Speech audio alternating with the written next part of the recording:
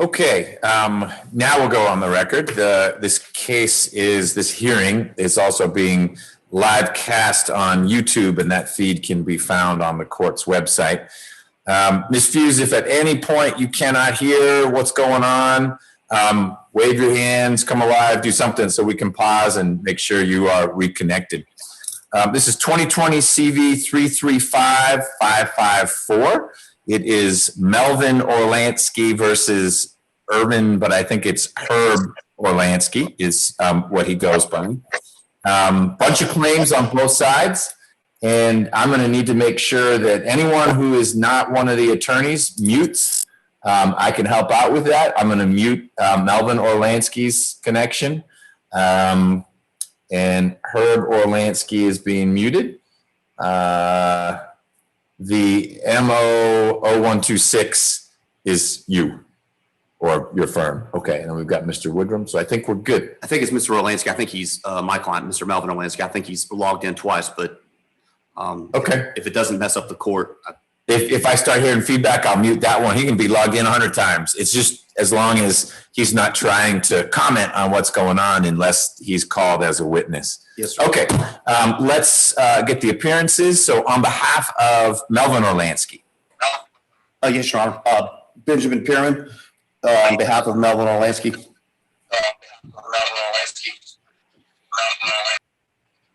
I think I just muted the other one. We should be good there. All right, Mr. Pierman, thank you for being here. Thank you. And on behalf of the other Orlansky, the defendant in this case, Herb Orlansky. Your Honor, Daniel Woodrum appearing on behalf of Urban Herbert Orlansky. Thank you for being here. For the Orlanskys, my typical practice is to say Mr. or Ms. or Mrs. or Sir. I may need to use your first names while I'm discussing you because you have the same last name. I don't have family law cases, but apparently the judges who handle divorces are frequently needing to use first names because folks have the same last name quite often in divorce cases. And this is a family matter, clearly.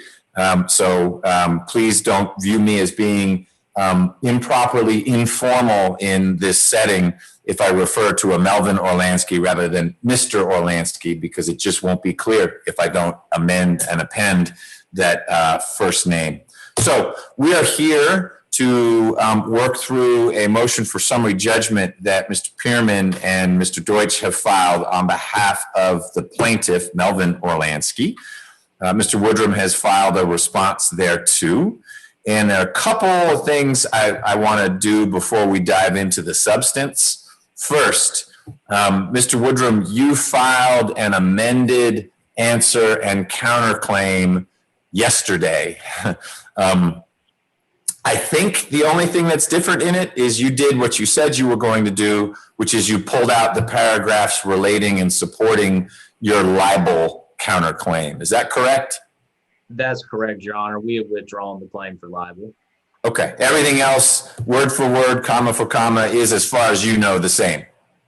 Yes, Your Honor, other than the introductory language explaining that it is an amended Great. answer. Okay.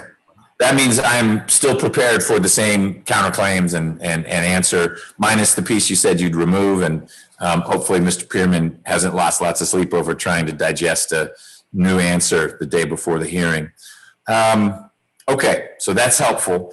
I'm going to want to start by talking about jurisdiction and standing as threshold issues. But first, let me let you know what I think we're working through so you can decide how much you have to dive into the overall facts. I think specifically you may need to get into facts as to, for example, how well Mrs. Orlansky, mother of the parties, was doing, and when was Herb Orlansky attorney in fact, when was he actually making decisions for the trust versus Mrs. Orlansky. So you may need to get more specific there. But the overarching picture is that Mrs. Orlansky, Libby Goldberg Orlansky, established a trust.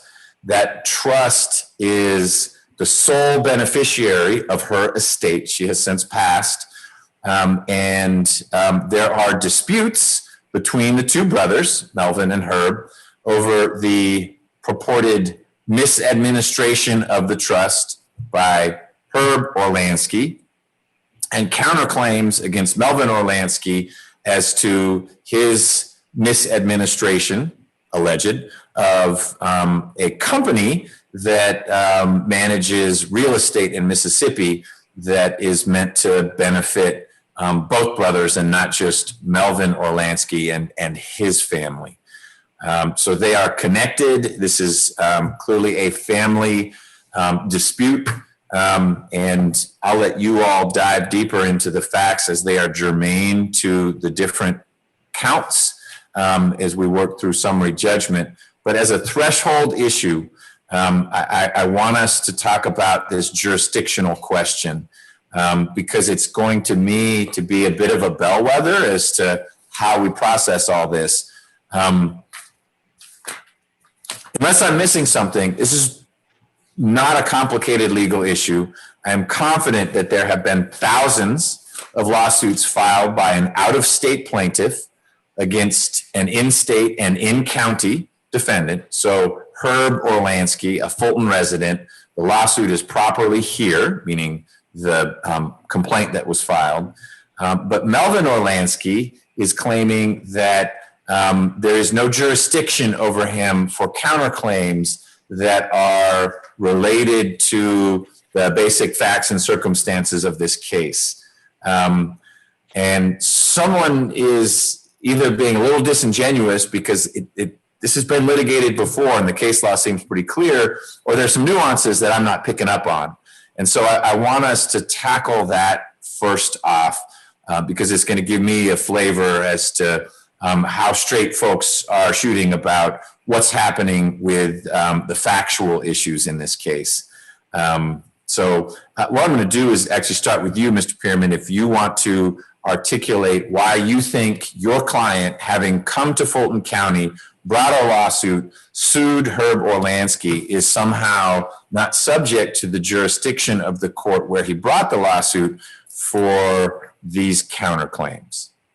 Yes, thank you, Your Honor. Before I stand or sit, just whatever is easier for you, as long as you can be seen and heard. If you're going to stand, you should probably be at the podium because we only see your tie, but you're welcome to sit. That will not offend me. yes, thank you, Your Honor. Sure. Your Honor, in order for the counterclaims for this court to have jurisdiction on the counterclaims against my client, they need to relate back to the claims in the complaint. And I just don't think, based on the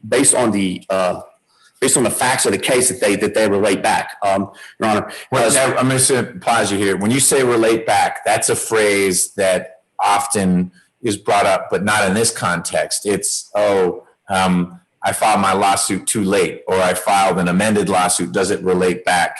That's not what you mean by this. No, you mean there's got to be some connection, substantial relation, or similar facts, essentially arising out of the same transaction. I believe is the language that's used in most of the cases that discuss it, Your Honor. Essentially, what we say is that it is not factually related enough to the claims that we brought for those claims to be properly before the court. Am I oversimplifying it to say your lawsuit is about the trust? Yes, sir. And these counterclaims are about, what's the name of the business? It's Orlansky Investments. Or Orlansky Investments. And they are not the same thing. They are different. And so if there's going to be litigation about Orlansky Investments, it needs to be properly venued. And your claim is that's not here.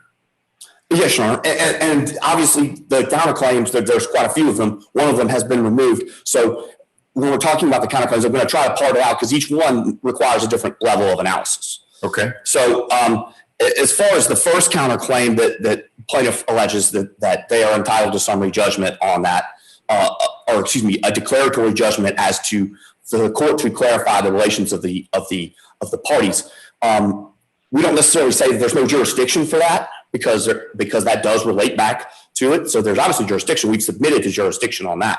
We just say that for other reasons that we can discuss later so what are the claims that what are the counterclaims that you are raising the no jurisdiction defense to? Yes, Your Honor. Count 3, The slander count, the libel count has been withdrawn. So the slander count we don't believe has relation back to it, because essentially, and I'm sure defense counsel can clarify or disagree with me, but my view of that claim is that that essentially my client allegedly told someone, and then that person told defendants, either defendant or a spouse, that my client alleged that defendant, Mr. Herb, had stolen or abused the trust or things like that.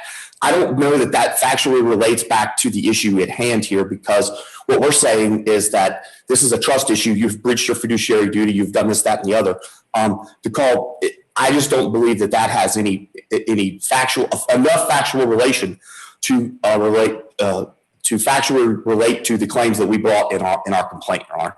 Okay. And I think that's as good a time as any to discuss the main case that defendant relies upon to say that no. Kennestone case? Sure, Kennestone. I was just about to say that. So Kennestone is interesting because it discusses at length the history of the Civil Practice Act, and two, whether or not the test for a factually related claim is necessary in order to sustain jurisdiction in a counterclaim over a non-resident or alien plaintiff. And there's no dispute that your client, Melvin Orlansky, is a non-resident. He's from Mississippi. Yes, Your Honor. He currently lives in Shelby County, Tennessee, which is Memphis, Tennessee. But but he's not from Georgia, not from Fulton County. No, sir. Okay, no, sir. He's not here. There's no and there's no other.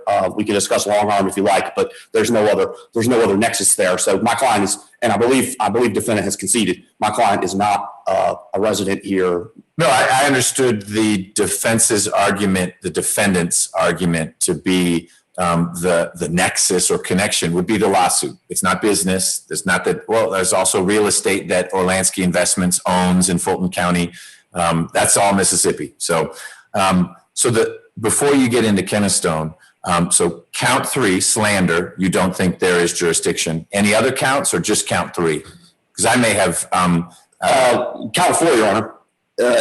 Count 4, defendant requests a declaratory judgment regarding the rights of the parties in Orlansky Investments an LP. And in count 5, they allege that that my client, Mr. Melvin, has breached his fiduciary duty to defendant regarding his duties as a managing partner of Orlansky Investments. And again, it is undisputed that Orlansky Investments is a Mississippi limited partnership incorporated under the laws of Mississippi, subject to the laws of Mississippi.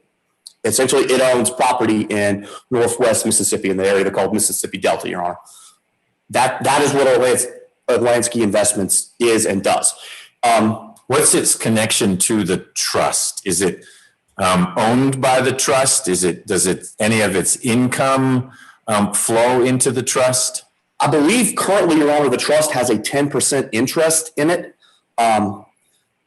However, I still don't believe that even under Kennestone and I'll let you talk about Kennestone. I just was curious. Yes, so the trust and Orlansky Investments are connected in at least a couple ways. And you'll tell me it's not sufficient. I'll listen to that. One is obviously it's all Orlanskys.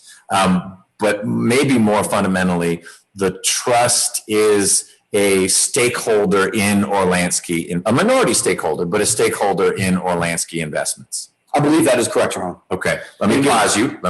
Yes, sir. Mr. Woodrum, just on that narrow factual question, what is your understanding of the trust's business or ownership connection to Orlansky Investments?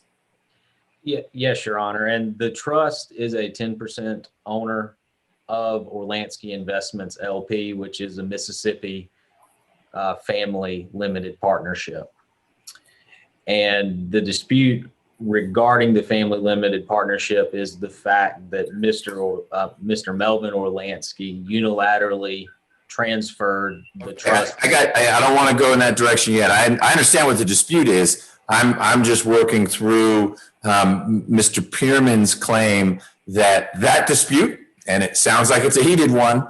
And even though it involves the same two brothers, it's a sufficiently separate dispute. And I'll acknowledge up front, two litigants can have two different disputes that are sufficiently unrelated that you ought not to get hauled into a foreign court just because you sued your brother in the foreign court. So it's not the basic proposition that I was struggling with. It was, I just didn't fully understand plaintiff's position on the insufficient interconnectedness. So I'm going to let you go there with Kennestone as the backdrop, but it sounds like both sides agree, there's not a dispute, that at a minimum, there is a connection of the trust is a minority owner, 10% owner of Orlansky Investments. Yes, Your Honor. Okay. And thank you, because it's not that they're not unrelated at all, because obviously the three sort of entities, as it were, two of them being natural persons and the other one being the trust involved in this lawsuit, they are all owners and beneficiaries of Orlansky Investments and the trust. So Your Honor, it's not that it's not related in that regard. It's just wholly and completely factually unrelated. Essentially, my client brought this lawsuit because he was unable to get records, get an accounting, all the things we've claimed in our complaint regarding his brother as trustee of the trust. And it sounds like, I'm sorry, I keep interrupting, but I'm just trying to get up to speed where you guys are. Yes, sir. It sounds like Herb Orlansky is making some mirror image claims about Orlansky Investments. I can't get access to records. You've misused it.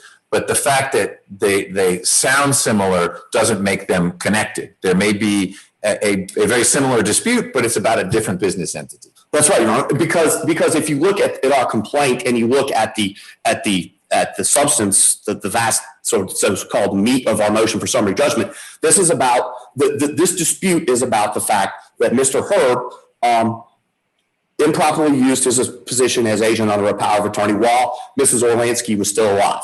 He abused that. Then Mrs. Orlansky passes in 2015.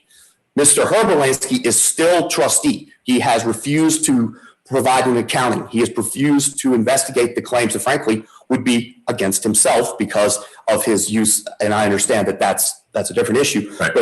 But he has refused to do that. He's essentially refused to do any of his duties as trustee of the Libby Orlansky Trust, and he has breached his fiduciary duty. Those are discrete, concrete claims. We don't bring up anything about Orlansky Investments. None of that is honestly part of or factually related. There's no factual nexus between our allegations against Mr. Herb Orlansky, which we've supported with evidence, and the allegations against Mr. Melvin Orlansky, my client, regarding this foreign corporation, this foreign partnership that, I mean, frankly, Your Honor, I would contend that it was thrown in as a counterclaim simply to sort of muddy the waters. I don't believe that there is sufficient factual nexus under Kennestone and the cases that reviewed that to confer proper jurisdiction on this court over my client in regards to those counterclaims. So let's say I agree with you. Why would you not want to just get all this taken care of in one place at one time? Isn't it ultimately, assuming that Herb Orlansky persists in wanting to prosecute the counterclaims, so he goes to Memphis or he goes to Mississippi, wherever the right place would be to pursue those claims, then you guys are, I don't know if you'd still be involved or your firm would be involved, but these two Orlanskys are having to spend more money and fighting fights that are connected, maybe not sufficiently connected per Kennestone. Why? I'm just curious why this fight makes sense for your client.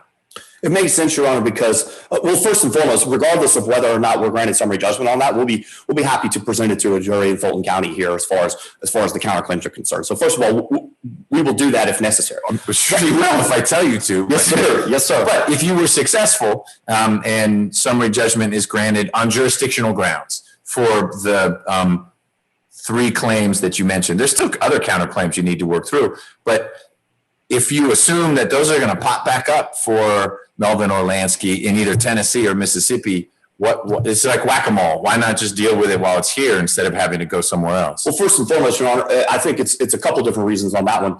Number one, as a procedural matter, yes, I agree with you. If our claim is granted, particularly to the Orlansky Investments, those two claims, that's counts 4 and 5 of the counterclaim, Your Honor.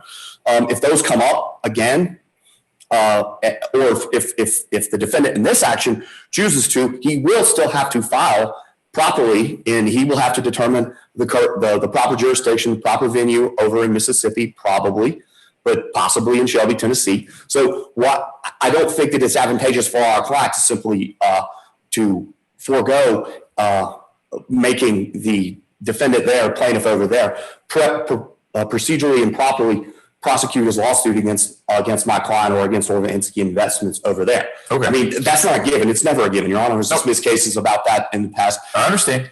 So your bottom line on jurisdiction is, if I look at the Kennestone test and cases that have interpreted and applied it, you believe I will find, or should find, that there is not a sufficiently substantial relation between the Orlansky investment counterclaims and your counts brought in this complaint. Yes, Your Honor. Okay. I think that's accurate. And particularly and obviously I know Your Honor's read Kennestone because you beat me to the punch as far as the citation is concerned.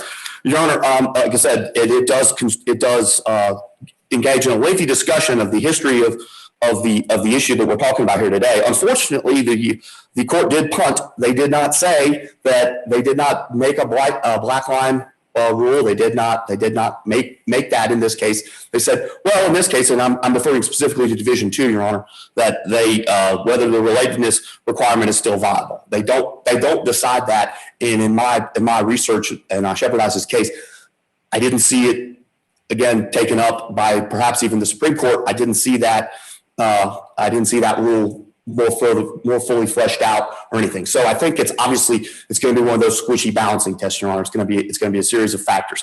It's important to note that in Kennestone, they did find that the counterclaims were related enough so that jurisdiction could lie in Gwinnett County because of the nature of the claims. It involves health insurance and about claims and stuff. And the plaintiff in that case and the counterclaim defendant, the same person, they alleged claims about psychiatric treatment, and that was the whole nature of the case. So it did relate almost directly on point. Again, here, Your Honor, not to belabor the point, I know you took it.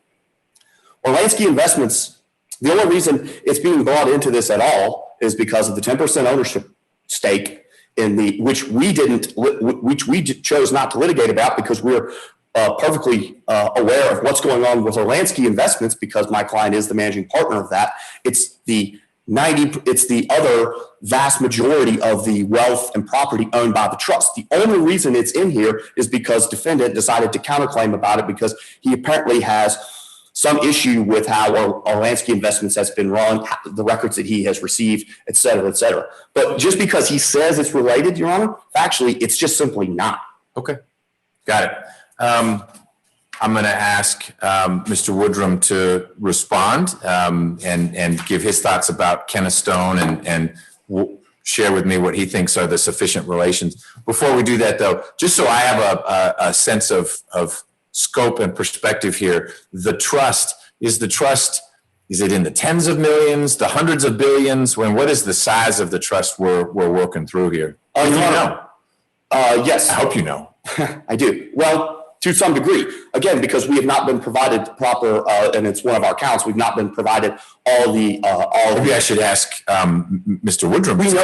We know that there's at least $400,000 in an investment account that's held by the trust, Your Honor. Mm-hmm. As you know, in our pleadings in 2015, that account was $749,000 approximately, and now it's down to $400,000. So we know that there is a chunk of $400,000 that is trust property. So no, it's not, unfortunately, for everyone involved, it's not in the tens of millions or dozens of millions or whatever, but we know some certain that there's a pot of at least $400,000. And since it's an investment account, one would reasonably assume that has increased in value since the $400,000 value was given to us, which was approximately maybe a year and a half ago. So let me flip it around. What is a 10% stake in Orlansky Investments worth? I don't know, Your Honor. Okay. I don't know because Orlansky Investments essentially owns it's some property over in I believe it's LaFleur County, Mississippi. There's an old house. There's a couple other things. As far as what it's not like 18 shopping centers. So again, in the tens or hundreds of millions, it's small parcels. It's small parcels, and I'm virtually certain that it's worth less than the $400,000 that we're talking about. And furthermore, Your Honor, it's undisputed that we've been providing the defendant every year tax returns and Okay, statements. we'll work through that. This helps me understand what all is at stake, so we can again keep things proportionate. And I'm sorry I don't have that information at my fingertips, Your Honor. It's okay. Thank you. All right, Mr. Woodrum, your thoughts about jurisdiction and the three counterclaims, 3, 4, and 5, that Mr. Pearman is saying I ought not to exercise jurisdiction over. Yeah, yes, Your Honor, and I'll address 4 and 5 since I'm coming after the end of the discussion regarding the value of the trust as well as the partnership, because that is where the connectedness lies here.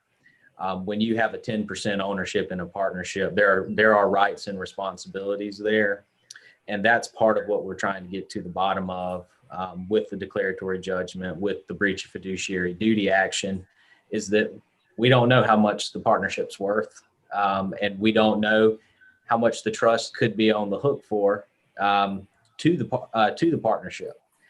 We do know there is over $50,000 in notes payable to the other partners from the partnership. So there are liabilities out there. When you say other partners, who are the partners in, as best you know, in Orlansky Investments? The three partners, Your Honor, are Mr. Melvin Orlansky, he's a 40% partner. Mr. Herb Orlansky, he's a 40% partner, and the trust with it, they are 45% partners, and the trust is the 10%.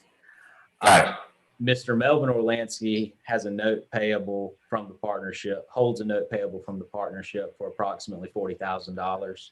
Mr. Herb Orlansky holds a note payable from the partnership for approximately $12,000, and that at a minimum those at a minimum are liabilities that are out there for the partnership that could become due and payable, depending on how it's looked at and how the assets are out there. And that's part of the reason we want to get all this resolved together, is because we want to see all of this finally settled, because it is so interconnected. We want one jury to answer all these questions so that it can be decided consistently. And we believe, since Mr. Melvin Orlansky chose this court has the jurisdiction to do so. At the heart of Mr. Melvin Orlansky's claims, from what I can tell, is the idea that he wants the entire trust dispersed out. He wants it liquidated, so he receives his 50%, and Mr. Herb Orlansky receives his 50%. For that to happen, there needs to be some certainty regarding the liquidity of the trust to do so. And with liabilities out there for the partnership, with a question as to the value of the partnership, there is some uncertainty there that causes Mr. Herb Orlansky pause at just completely liquidating a trust and seeing that it could become a situation where the money's not there that should properly be distributed out or properly pay the debts of the trust. So, Mr. Woodrum, your theory, and maybe it's more than a theory, that what Melvin Orlansky wants is a liquidation of the trust, that's not set forth in any of plaintiff's claims. They want an accounting. What's going on? They allege a breach of fiduciary duty. Sounds familiar to the counterclaims.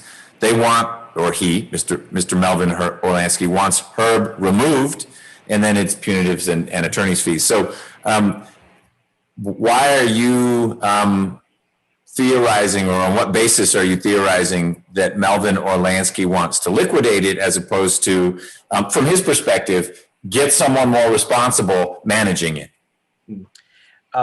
Yes, Your Honor, and that comes from the deposition of Herb Orlansky. In that deposition, counsel for Mr. Melvin Orlansky had a line of questioning that was fairly lengthy that went into the facts of, why can this not be liquidated now? Why can this not be distributed now? And Mr. Herb Orlansky was put on the spot and required to answer, how is the partnership holding this up? Okay, but you'd agree that none of the relief that Melvin Orlansky is seeking right now would involve liquidating the trust. Right now, no, Your Honor, but it would involve, an accounting would involve providing some sort of answers regarding the value of the partnership and the Okay. potential liabilities of the partnership that would fall back to the trust. All right, let's get back to jurisdiction. So your argument is, first of all, 10% ownership in the partnership is connection enough. These things are interconnected factually, legally, et cetera. What other reasons do you articulate that would say the Kennestone analysis supports jurisdiction as opposed to defeats jurisdiction?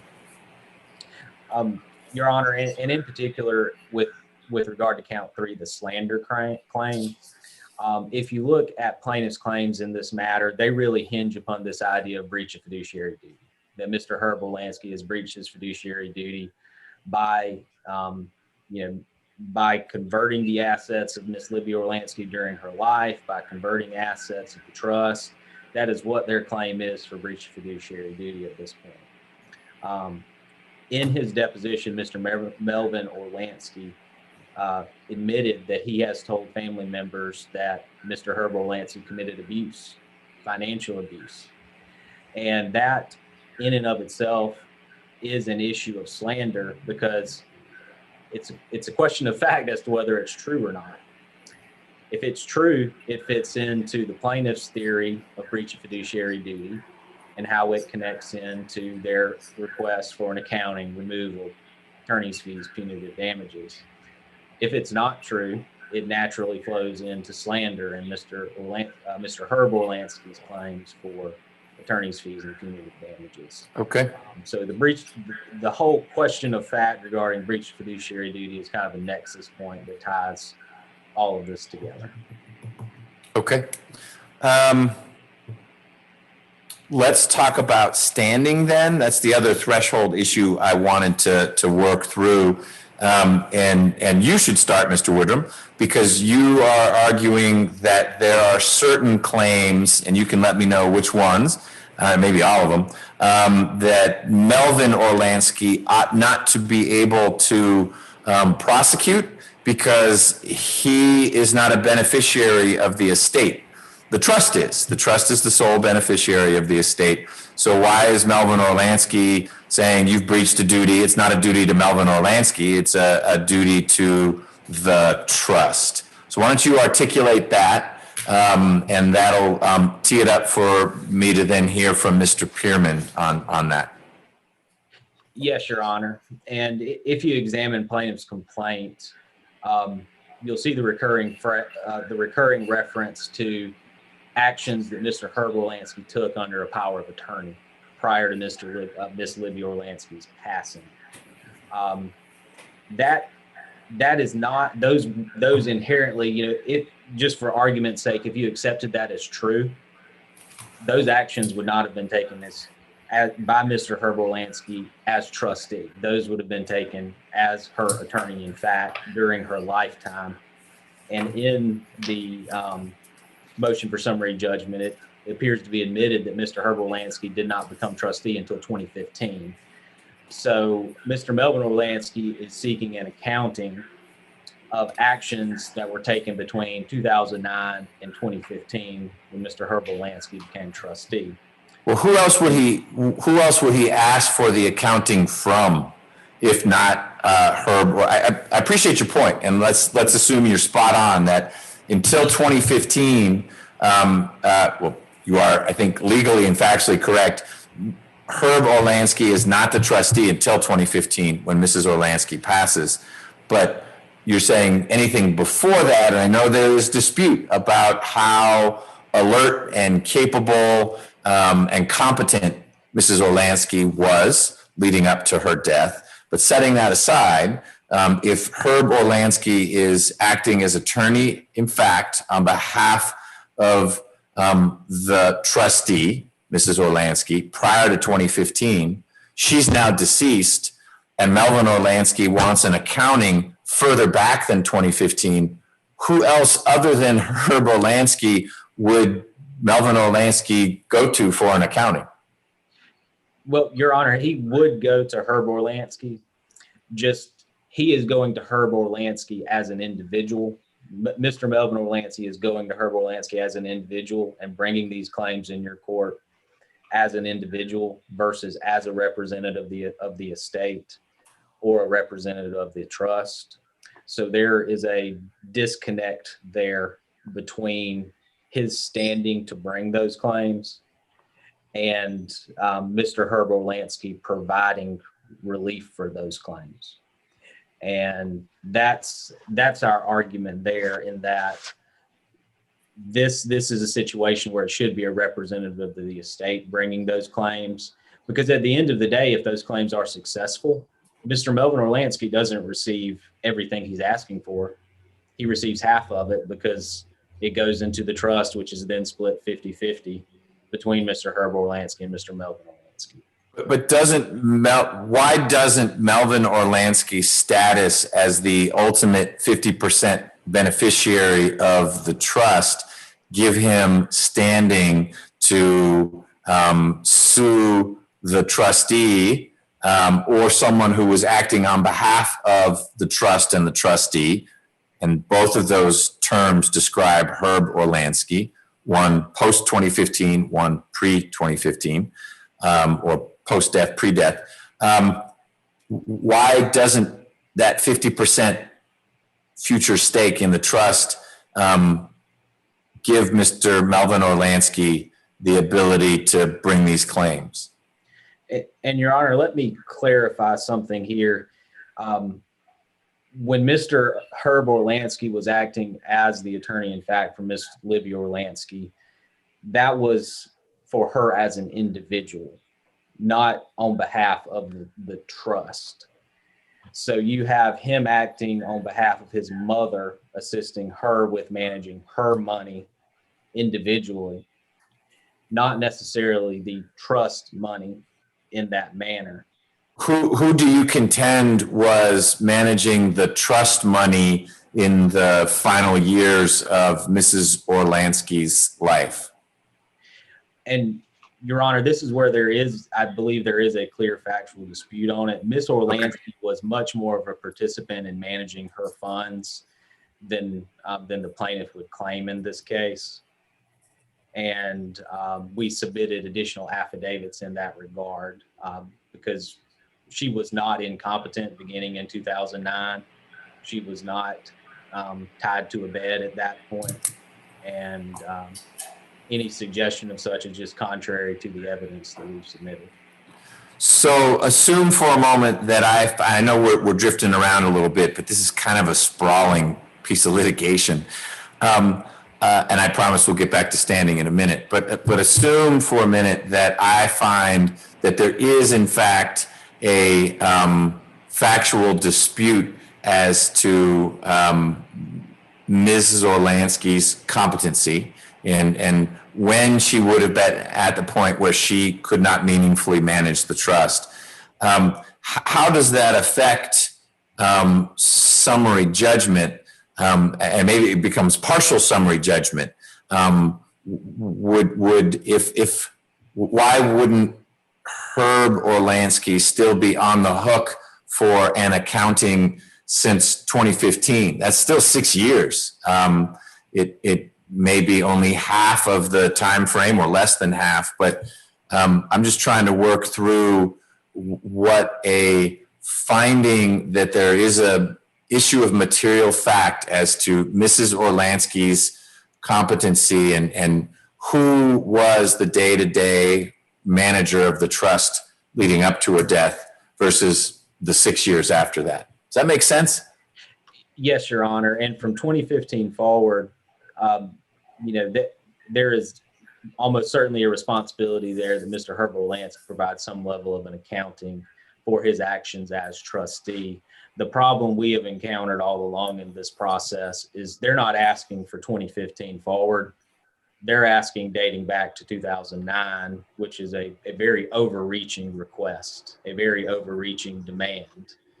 And that's where we hit our point where we just have to say, no, that's not something that is appropriate. So back to then my first question. tell me why Melvin Orlansky doesn't have standing as a 50% beneficiary of the trust to say, I want to know what's been going on with the trust since its inception. Herb Orlansky, trustee now, because he can't ask his mom, she's deceased. Who else does he go to get an accounting, unless you're saying he's just simply not entitled to it, which would seem peculiar for someone who is a 50% beneficiary of the trust. That's the disconnect I've got, is that I don't know who else on planet Earth Melvin Orlansky should be going to get an accounting from the inception of the trust. I hear you that it wasn't necessarily your client's role prior to 2015, and maybe there's some good faith gray area 2015, 2014, but for the first few years, that was mom who was clearly the active, coherent, competent trustee. At some point, she's not, either because she's not competent or she's deceased. But who else should Melvin Orlansky be asking? Well, Your Honor, in regard to the trust, because I believe that's what your question is focusing on, is trust activities between 2009 and 2015. Yes, sir. The statutory law, as well as the trust document itself, it points to a successor trustee not being required to provide any kind of accounting for the actions of the original trustee or any trustee that preceded them. And I can understand the statutory law and the trust document on that, because it's very difficult to account for someone's actions who are deceased. Okay. And that's the situation we're in now. Is Miss Libby Orlansky's passed away. Questions are being raised about her decisions with her finances, and we have a dispute over that. And that is the difficulty that we face in this matter, and that is why Mr. Herb Orlansky has not attempted to provide an accounting for actions of his mother, because it's not required under the trust document and not required under the statutory law. The statute. I do have a few statutes in front of me. I'm not ashamed to say it. I am not a trust and estate expert. I'm not a probate judge. And so I get these cases when they get real messy and they get to Superior Court. Upon what statute do you rely, Mr. Woodrum, when you say, you know what, statutes don't obligate a successor trustee to justify or explain or even document what happened to the trust before he or she assumes that role? Your Honor, let me see if I could have the court's indulgence to find that citation. Sure.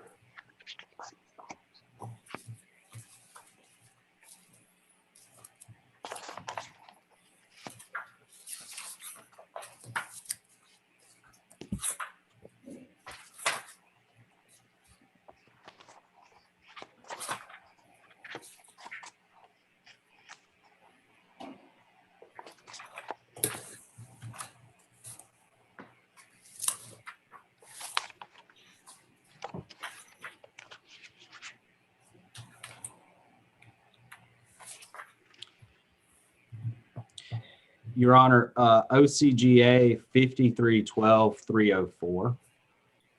12304. Okay.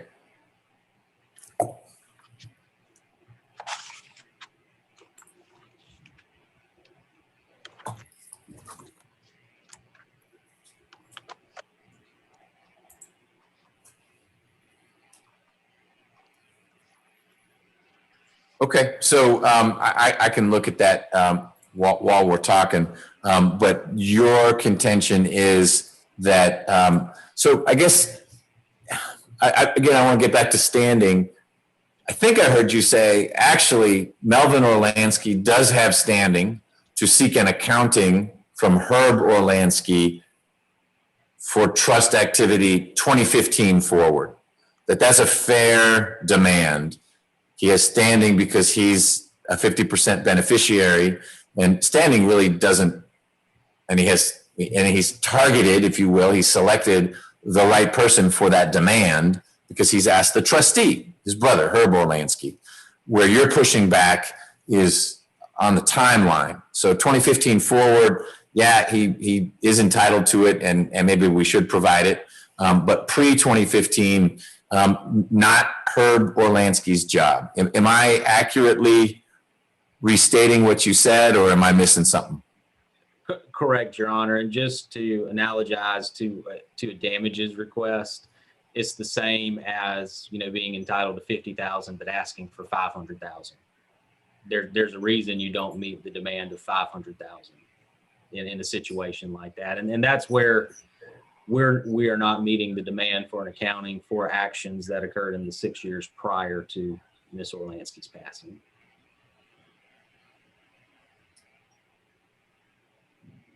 Okay. I see 53-12-304. So anything else you want to say on standing, or was it primarily a rejection of the notion that Herb Orlansky is liable for or has any obligation to provide information about trust activities prior to his installation by operation of, I guess, the trust, because Mrs. Orlansky passed, as trustee?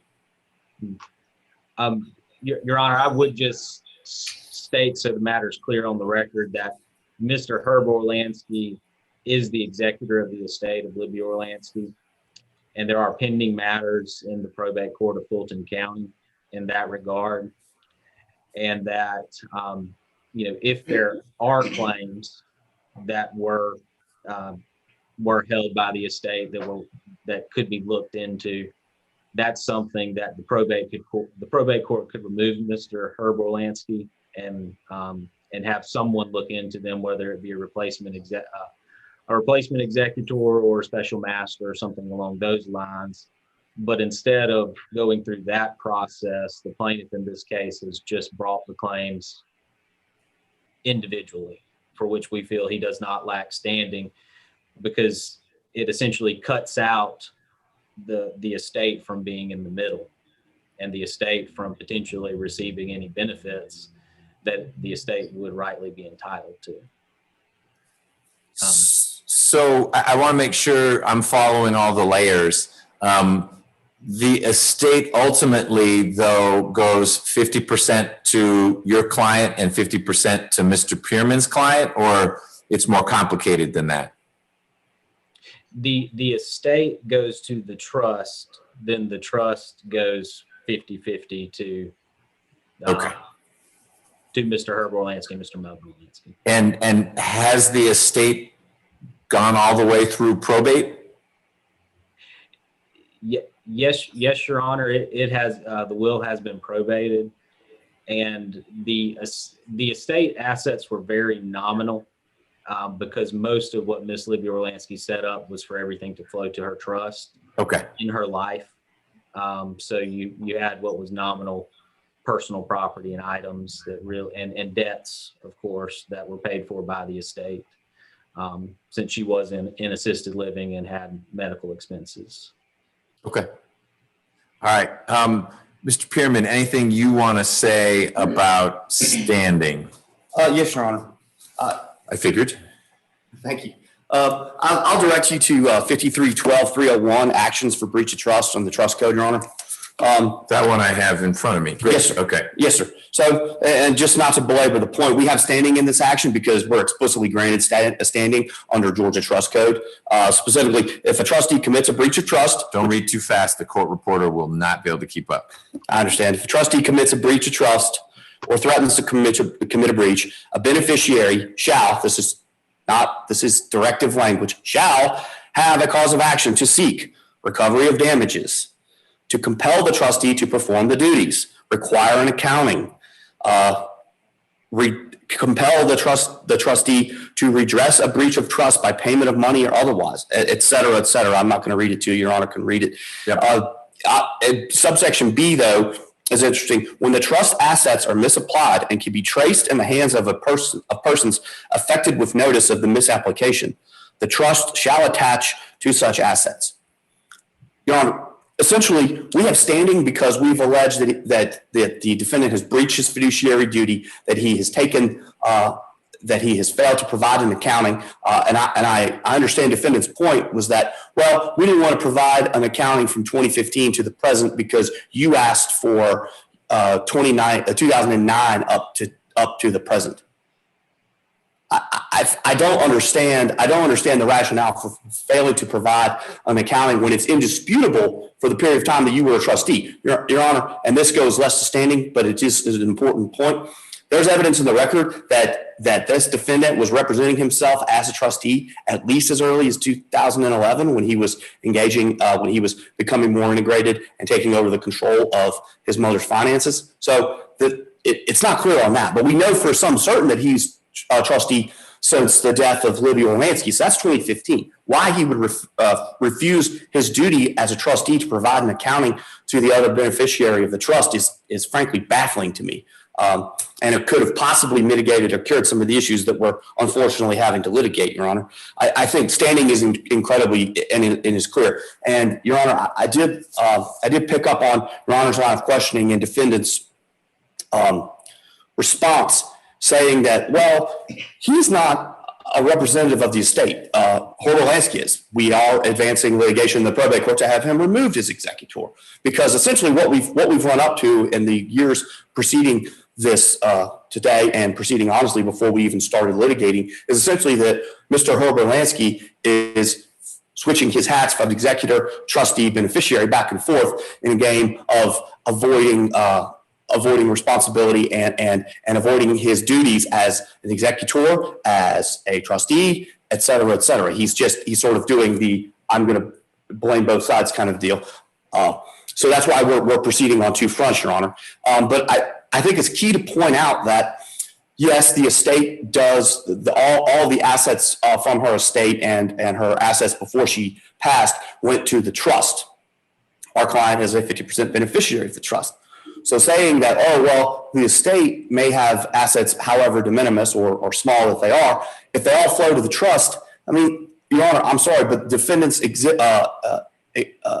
argument in that regard is a distinction without a difference. It legally and factually is, because if this trust is divided 50-50 between plaintiff and defendant, you can't say, well, you don't have standing to bring anything, because all the monies that we allege that Mr. Herb Orlansky took improperly prior to her death, those were estate property, which then, or could have been trust property had she chosen to move them into the trust prior to her passing. So it's the same pot of assets, Your Honor. And ultimately, it's our client who has damages from the actions of Mr. Herb Orlansky. So obviously, we have standing to bring it because, as Your Honor rightfully and correctly pointed out, almost from the very beginning, to whom else are we supposed to seek redress from? Obviously, it's this defendant. So statutorily and just factually and frankly logically, we obviously have standing to bring this action, Your Honor. So unless you want to hear anything more from us on standing, I'm at the court's direction as to what other issues we're going to get into. Okay, thank you. I'm just making a couple notes.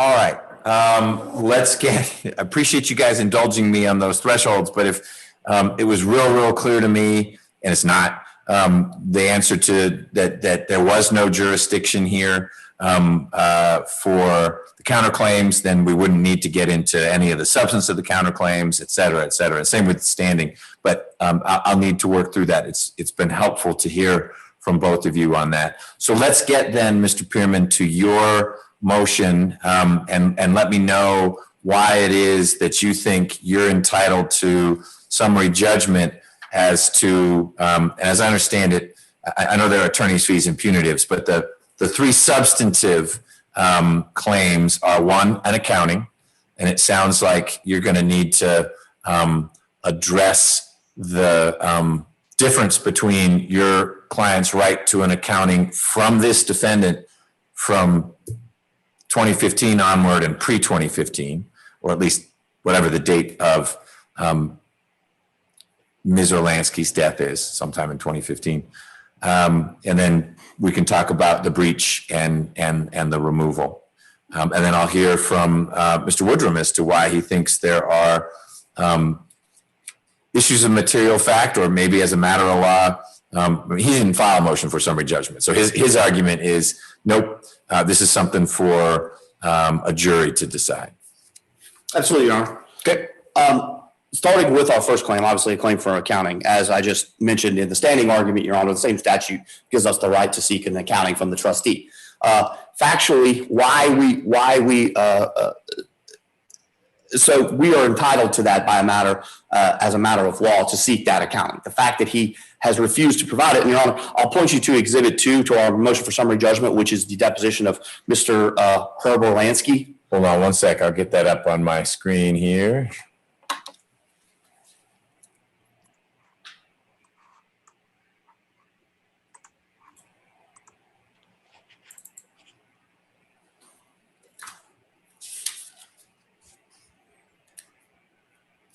Orlansky. And you're saying this is your Exhibit 2? Yes, sir.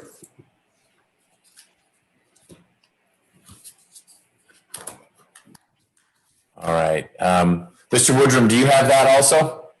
Yes, Your Honor. Great. Okay, I'm in.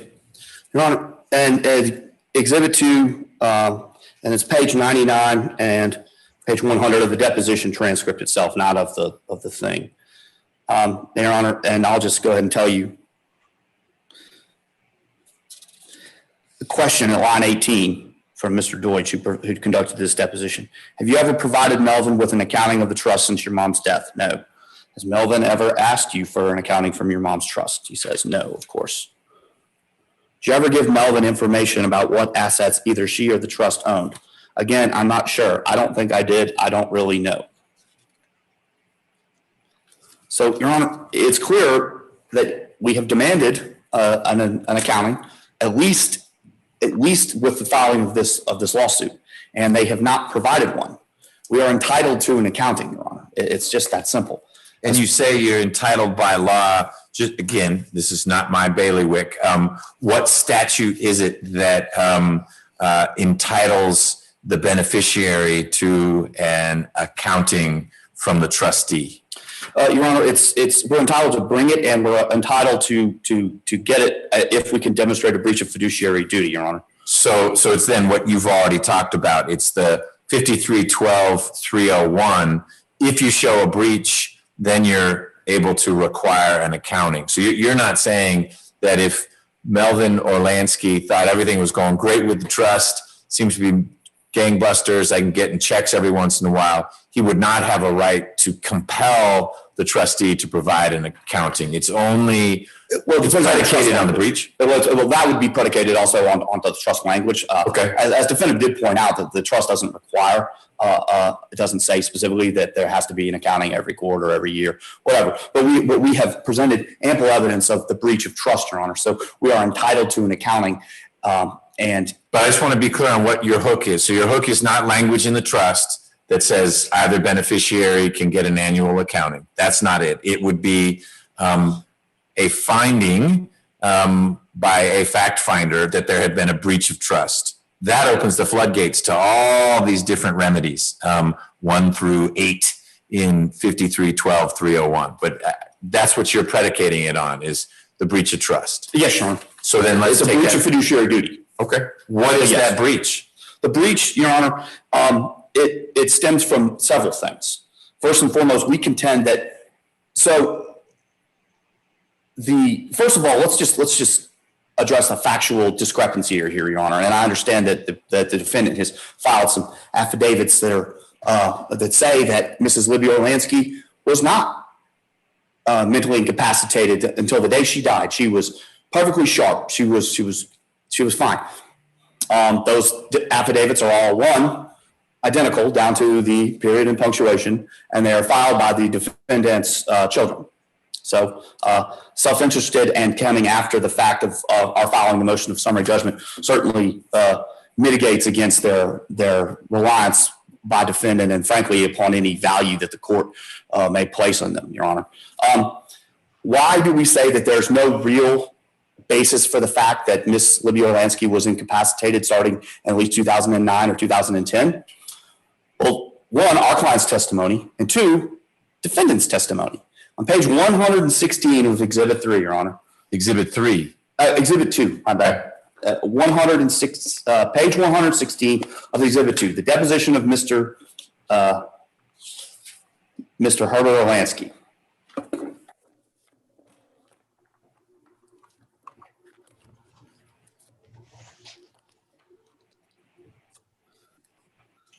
Prior to 2015 that your mother was incapacitated? Answer, yes. Question, and when again do you believe she was incapacitated? Answer, line 11, 2009 or 2010. And then again, this is Mr. Herbert Orlansky's testimony. And actually her physician wrote when she'd have her physicals once a year, and I'd have to look at medical records of that. And I don't know if I have it, stating that she had dementia. So 2009, is that a coincidence, or you didn't do this deposition until after you'd filed your complaint, but it sounds like you're asked, does your accounting start with 2009? Is that when the trust was created? Or, because I heard Mr. Woodrum several times say, going back to 2009, that's too far for Herb Orlansky because he wasn't trustee. Right, Your Honor, but he's saying in his testimony. I got it. I mean, this is problematic testimony for Herb Orlansky, but I'm just seeing the year 2009. I don't know when the trust was created. Was it 2009? No, Your Honor, I believe it was earlier. I can give you that real quick. I just have to look up my exhibit. 11 December 2001, Your Honor. Okay, so it had been around for 8 years. Yes. Your accounting that you're demanding in count 1 is for the entirety of the trust since its inception, or I don't have your complaint in front of me, or is it from 2009? We would ask that he provide us an accounting from the time he was acting as his mother's agent under power of attorney when he basically took over her finances, which is, again, his own testimony, and it's unclear if it's 2009 or 2010, but he was responsible for writing the checks. He wrote numerous checks to himself. There was credit card, and it's all in our motion, Your Honor. So I'm not going to belabor the factual point, but there's ample evidence that Mr. Herbert Orlansky was writing checks to himself from his mother's account starting in 2009, 2010 at the latest. And going forward, certainly 2011, 2012, 2013, going forward all the way until her death, he was writing checks to himself for tens of thousands of dollars, $10,000, $5,000. He was using the credit card that was in his name and his mother's name. They had 2 credit cards, but it was her account for vacations down to Florida. There are airline tickets. There are expenses from South America, I believe, Santiago, Chile, and Buenos Aires, Argentina. And these you contend, and I'll look at what you supplied, but you contend that the trip to Chile would have been paid for, that there's a paper trail that shows trust money paying for the trip to Chile. It's either trust money, or at the time it was Libby Orlansky's money.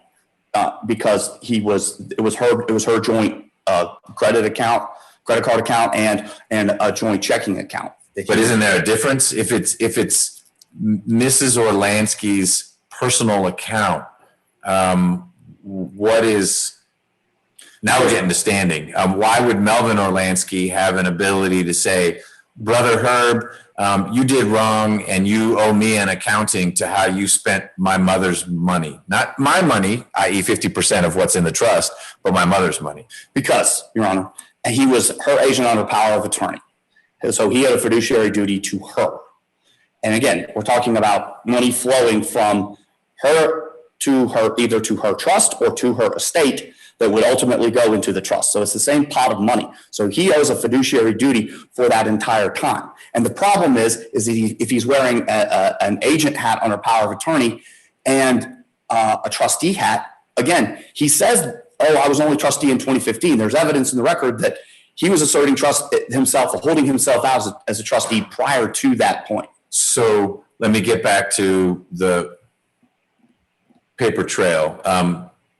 When I pressed you on Chile, I didn't mean to use that as a specific example, but have you through discovery or just because your client had it, found expenses, what appear to be personal expenses, family expenses of Herb Orlansky paid for because Herb Orlansky, as trustee, is stroking a check from the trust account, not Mrs. Orlansky's personal account? I guess put differently, I'm trying to understand what you think is the evidence of the breach of fiduciary duty. Yes, Your Honor, we have evidence. We have evidence of that, and we do cite to it in our statement of facts and our brief in support of our motion regarding personal expenses of Mr. Herb Orlansky that were paid for either by the decedent, by their mother, or by the trust accounts. So just I'm looking at the statement of facts. Which paragraph number? Because they're only 21. Right, Your Honor. Starting on paragraph 6.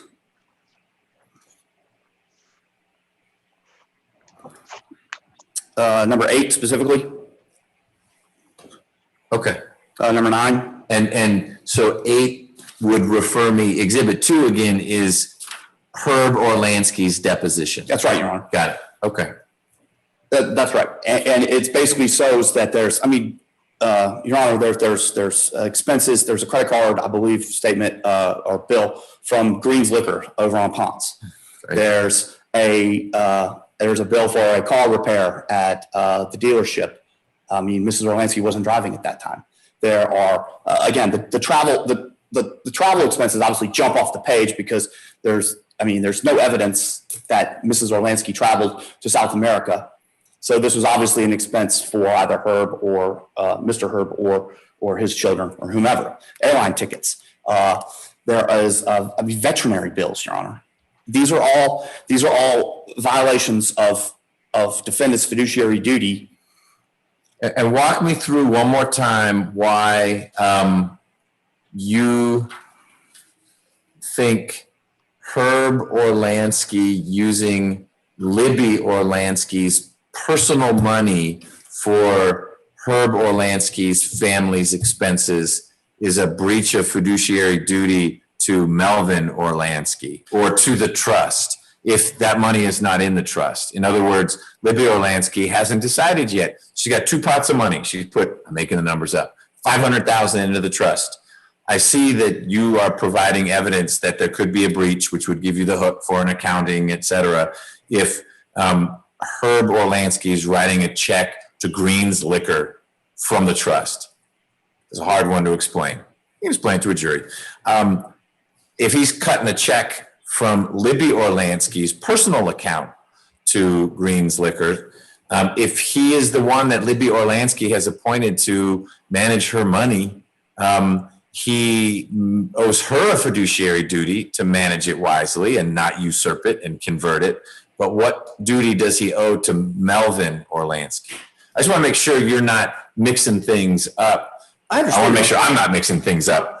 And I take your point, Your Honor. One of the main problems that we've run into in this case, Your Honor, as far as evidence is concerned, is that 2009, 2010, 2011, these bank records are just inaccessible to us, particularly in our current position. We haven't been able to get them. We couldn't show you chapter and verse because we haven't been able to get a lot of them due to the fact that we are not. Okay, but I'm not asking about bank records. No, I understand.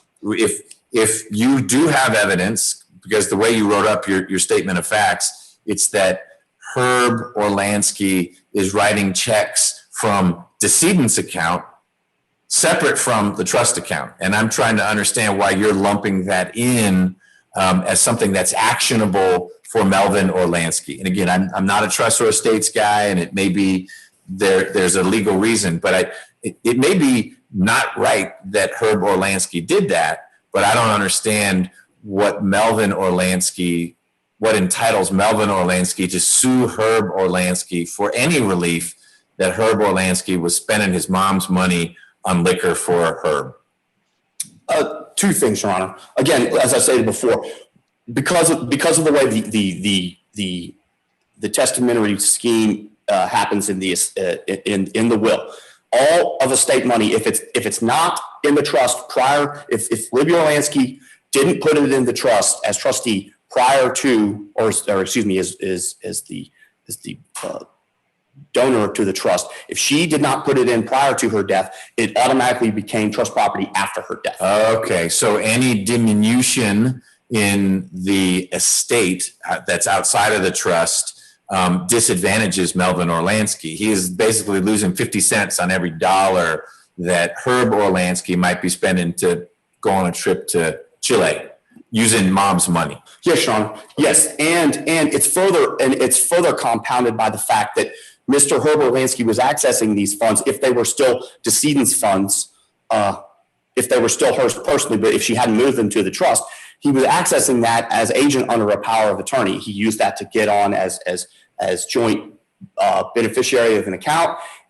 He used that to as a joint holder of a credit card. I get it, but I understand your order. But the problem with that is that he breached his fiduciary duty to his mom and to the trust, arguably, because it is undisputed, or at least there's no competent testimony, Your Honor, or frankly non-self-serving testimony that Mrs. Orlansky was not suffering from dementia as early as 2009 and as late as only as late as 2010. So now that they're coming back and saying, "Oh no, she was perfectly fine," okay, that's not the evidence. That's not the evidence. That's not self-serving in the record, and that's not the testimony of Mr. Herb Orlansky, Your Honor. So yes, Mr. Melvin Orlansky did suffer damages based on Mr. Herb Orlansky's, what we've alleged and we believe proven as his breach of fiduciary duty.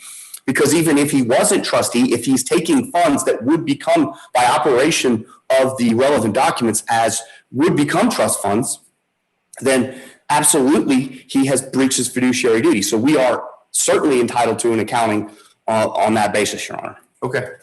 Now, and Your Honor, I'm happy to answer any questions here. I don't want to reiterate my entire. That's not the purpose of these hearings, and I understand it. Got it. And I guess the way the complaint was structured, really count two is the threshold one. There needs to be, to get summary judgment on one or three, you really have to get summary judgment on two. If you don't get summary judgment on breach of fiduciary duty, then the accounting and the removal don't naturally flow, because 53-12-301 is all predicated on there has to have been a breach. It's what gives you standing. I get that. But absent a finding of breach at this juncture, in the summary judgment setting, it really doesn't make sense to provide summary judgment for either removal or accounting. They really move as a package, but with count two in the lead. Right, they are obviously dependent, Your Honor, and it's analogous to perhaps another, civil litigation setting. If you allege fraud, if somebody's saying alleging fraud, and then they're alleging the damages that come from that, and they're alleging, punitive damages and stuff. Obviously, the dependent allegation, or the most significant allegation, is that of the overarching fraud. Got it. And here it's the overarching breach of fiduciary duty. Yes, sir. Okay. Yes. Great. And we have, and again, and just to sort of piggyback on what Your Honor's saying, we believe that we're entitled to summary judgment on our third claim of the complaint, which is removal, Your Honor. It is clear that he has breached his fiduciary duty to the trust. And it's clear because of the evidence that we've already cited. He was self-dealing well prior to his mother's passing, while she was mentally incapacitated. Then she passes, and this is the key point, Your Honor. When she passes, the trust had an investment account that was worth, and this is what we've been able to determine, Your Honor. And I want to get the facts. I want to get the figure clear. And this is undisputed, by the way, in their response to our motion, with their response to our facts. I misspoke earlier. In July 2015, the Edward Jones brokerage account, which is trust property, contained $787,000, $787 and $47, Your Honor. So $787,000 roughly in July of 2015. That's what the trust owed. We don't know what it is currently, but when they answered our discovery and when we conducted this deposition, which was in February, but which he was uncertain of. So we knew that there was approximately $400,000 in that account. So it's shrunk by almost half. Almost half, Your Honor. Okay. almost half. So where did that money go? Well, we don't have an accounting. We don't have an accounting from them, Your Honor. So that one, that in and of itself is a breach. Two, we've provided ample evidence that this pattern of breach of fiduciary duty, looting either his mother's funds prior to her passing, which would have become trust funds anyway. So that gives us standing to bring that claim. And then two, even if we just, sort of draw a line, which we're not saying that you should, Your Honor, but even if you do draw a line in 2015, where is that almost $400,000? Where is that $387,000? We don't know. We haven't been provided those documents. Okay. That is a per se, that is a absolute just perfect example of a breach of fiduciary duty by this trustee, Your Honor. He just hasn't provided us that information. Why? But again, just so I'm making sure I climb this steep hill of learning, Herb Orlansky is not obligated to provide an accounting under the terms of the trust. The only basis for me requiring or a jury deciding that Herb Orlansky needs, as trustee, needs to provide an accounting to Melvin Orlansky would be based on a finding that he breached his fiduciary duty. And you've helped me understand where there is evidence of that, but I think it's circular to say, we asked you for an accounting and you didn't do that, so you've breached your duty. He doesn't have a duty to provide an accounting unless there has been a breach of fiduciary duty. And you believe there has. I'm going to hear from Mr. Woodrum in a minute on that. But am I missing something, or really the fact that he has not provided an accounting is only problematic if in thinking about bad faith and malice and whatnot, a jury or a judge finds that Herb Orlansky should have known long ago that he was breaching his fiduciary duty, and yet he refused this reasonable request for an accounting. Yes, Your Honor. I mean, essentially, since we've shown all of these to be as charitable as I'm willing to be, irregularities and things, we were then entitled to, as a beneficiary of the trust, we were entitled to an accounting. Him refusing to do so, and I understand your argument about it being circular, Your Honor. I mean, essentially, if the trust says, hey, you have to do it, then you have to do it.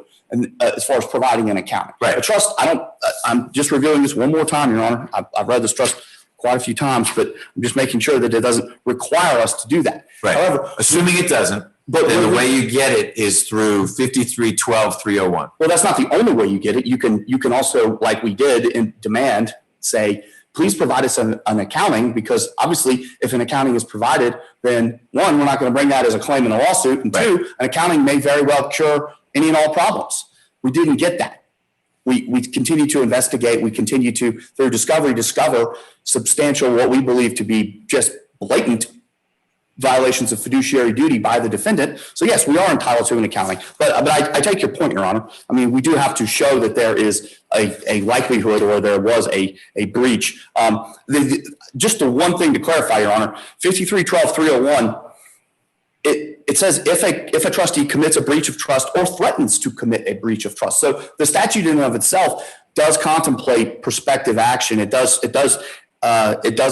also contemplate not a beneficiary having the ability to bring and to get these sorts of remedies from the court, not just based on a concrete breach of trust, but also upon a potential or likelihood. And it includes, it specifically mentions injunctive relief, Your Honor. So it's not entirely dependent upon it. If you can meet the threshold, which I believe we amply have, we're entitled to a summary judgment on the accounting, and I believe that we're entitled to summary judgment on the removal statement, Your Honor, removal count, because he has clearly breached his fiduciary duty, and he's breached it in a couple of different ways. One, because of the outright misappropriation of trust resources and his mother's resources, which would have become trust resources at her passing or prior to. Two, he has a he has a conflict of interest with the trust, and a conflict of interest is another breach of fiduciary duty, Your Honor. You cannot have a conflict with the entity that you are serving as the fiduciary for. The conflict in this case is that we have said, and there is ample evidence that, hey, a trustee not named Mr. Herb Orlansky needs to investigate these claims about prior misappropriation of funds. Problem being, of course, the person who's wearing the trustee hat right now, the successor trustee, is the person who committed these, who misappropriated those funds prior to Ms. Libby Orlansky's passing. That's obviously the defendant, Your Honor. So that is per se a conflict of interest requiring almost requiring, I would say requiring, that's obviously up for Your Honor to determine, removal. He has breached his fiduciary duty, and pursuant to 5312-221A, the court may remove defendant as successor trustee based on his breaches of fiduciary duty. He needs to be removed, Your Honor, because he cannot possibly continue to serve as a proper fiduciary with all the duties and responsibilities that term entails of this as the trustee of this trust, Your Honor, because of the numerous conflict of interest and, frankly, the outright evidence of his misappropriation of trust funds, or what would have become trust funds, Your Honor. Regarding the rest of our claims as far as attorney's fees and punitives, Your Honor, obviously those claims are dependent upon the other ones. Yep. Your Honor, I'm certain understands 13611 attorney's fees. We see them every once in a while. I'm sure that you do, Your Honor. And as far as punitives are concerned, Your Honor, obviously that's another factual determination. But if we are properly granted summary judgment on our other claims, I think that it is amply clear that the punitives and the attorney's fees, obviously the amount is in question, but the liability, I don't believe is reasonably in question, because this trustee has done nothing but stonewall, has refused to turn over documents, has made it virtually impossible for us to determine the scope and breadth of his actions as trustee and as his mother's agent under power of attorney prior to her passing.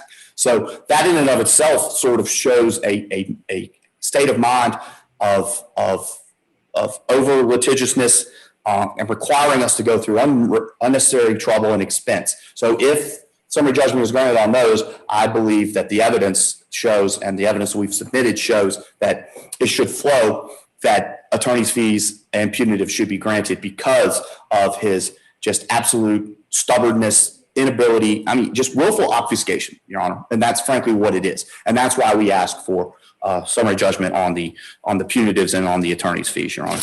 Okay. And just so Your Honor, I'd be glad to go into the counterclaims, but I've kind of intuited that you would probably prefer to hear from defendant on our, and then we can go counterclaims. I think that's right. Okay. Thank you, Your Honor. Mr. Woodrum, you still there? Yes, Your Honor.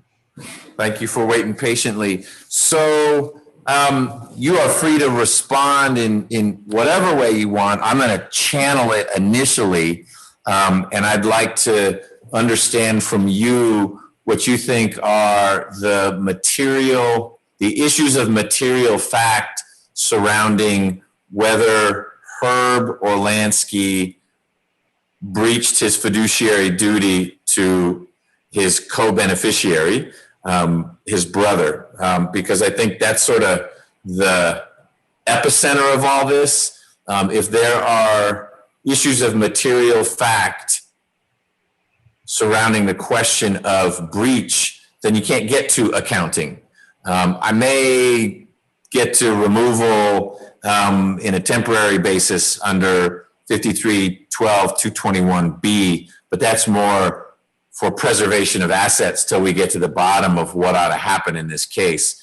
And I don't know that even if there is a material issue of material fact surrounding breach, that I'm prevented from doing that. But I'd like you to focus on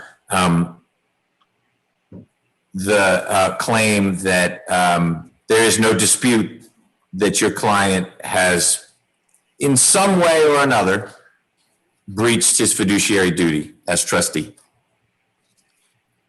Yes, and Your Honor, let me say this. At the summary judgment phase, I think it's well accepted that weight of the evidence is not added as an issue. That is something for the finder of fact. And I know there was some commentary denigrating the affidavits we provided. As an attorney, I'm free to admit that, when you draft an affidavit, you're drafting it to be self-serving because that is your job to do that. And at the summary judgment phase, that is perfectly fine because it provides a sworn testimony that can be relied upon by a finder for the court to look and consider as to whether there is an issue of fact there. And I think the overarching issue of fact here comes down to this idea that Miss Libby Orlansky, in the final decades of her life, she was very much still a vibrant human being making her own decisions. And that is something that many people can testify to. It just happens to be a fact that this is a tight family situation that is going to be family members testifying to that. In 1999, Miss Orlansky moved to Atlanta. She had previously lived close to Mr. Melvin Orlansky and been very close with him and his children, her grandchildren. When she moved to Atlanta in 1999, she was here on a daily basis with Mr. Herb Orlansky and on a weekly basis seeing her grandchildren here. And do you have any evidence that that move was precipitated by some falling out with Melvin, or that's not any issue in this case that you're aware of? No, Your Honor, we're not presenting that argument. Okay. It's just a fact. In 99, Ms. Orlansky moves here, which means geographically away from Melvin. And I read it in your answer. That just meant that Melvin and Melvin's kids saw her now only twice to 4 times a year, whereas Herb and Herb's kids, her grandkids, saw her all the time, to the point where your client was visiting with his mom almost daily because they live near each other. And that's correct, Your Honor. And that's where the perspective that Mr. Melvin Orlansky has is much different than the perspective that Mr. Herb Orlansky has and his grandchildren have. His children, Miss Libby Orlansky's grandchildren in Atlanta have, because they simply saw her more often. If you dug into Mr. Melvin Orlansky's deposition, you would see on those 2 to 4 times a year he would visit, that was often when she was in the hospital. So he was seeing her at her worst, whereas Mr. Herb Orlansky and his 3 children were seeing her regularly, seeing how she was, seeing that she was still someone who was lucid, still someone that they felt was competent, and no one has provided testimony that she was incompetent. The plaintiff in this matter points to some discussion in Mr. Herb Orlansky's deposition about incapacity. Capacity is different from incompetence, and physical incapacity is different from mental incapacity. And there is no clear testimony in Mr. Herb Orlansky's deposition that states that he found her to be mentally incapacitated. And I would submit that that's the case because that's not how it was factually.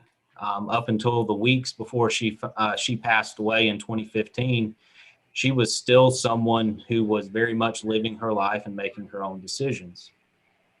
And part of that has led to what I would call just rampant speculation and conclusory allegations of breach of fiduciary duty on Mr. Herb Orlansky's part. I would use as an example the fact that the joint credit card between Mr. Herb Orlansky and she was used to purchase items at a package store down the street from her assisted living facility. Mr. Herb Orlansky testified in his deposition that that was to purchase wine for his mother. Now, they can dispute that. They can argue to a jury that there's no way that should be accepted as true, but that's an issue of fact.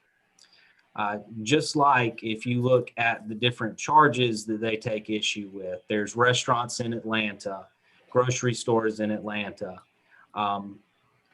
Those are items that Mr. Herb Orlansky has testified to that he made those purchases on behalf of his mother, or either his mother made those herself, because every Friday she would go out to eat with her grandchildren, and she would treat the family to meals because that was what she wanted to do. That was her decision to do that because she wanted to treat her family well. And that's what Libby Orlansky's history was. She was a very generous person, and she was the matriarch of the Orlansky family. And as the matriarch, she saw to it that her 2 sons and her 5 grandchildren were very well taken care of. And this dates back decades to the point when Mr. Melvin Orlansky was sending his children to private schools in Mississippi and on to colleges in that part of the country. And Miss Orlansky was paying for them to go to college, paying for them to go to private schools, paying for them to go to colleges. And her practice was that she would provide a reimbursement to Mr. Melvin Orlansky by check for these expenses. So she was paying for the education of her grandchildren, who were Mr. Melvin Orlansky's children. And that is all in Mr. Melvin Orlansky's deposition. It's indisputable that she took care of the educational expenses of his children.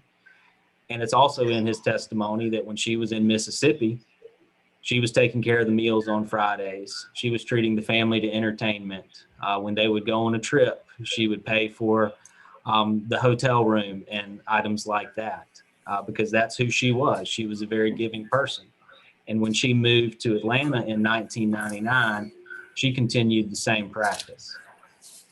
But this time, because Mr. Melvin Orlansky's children were grown and out of the house and out of college, it was instead Mr. Herb Orlansky's children seeing the benefits of her generosity.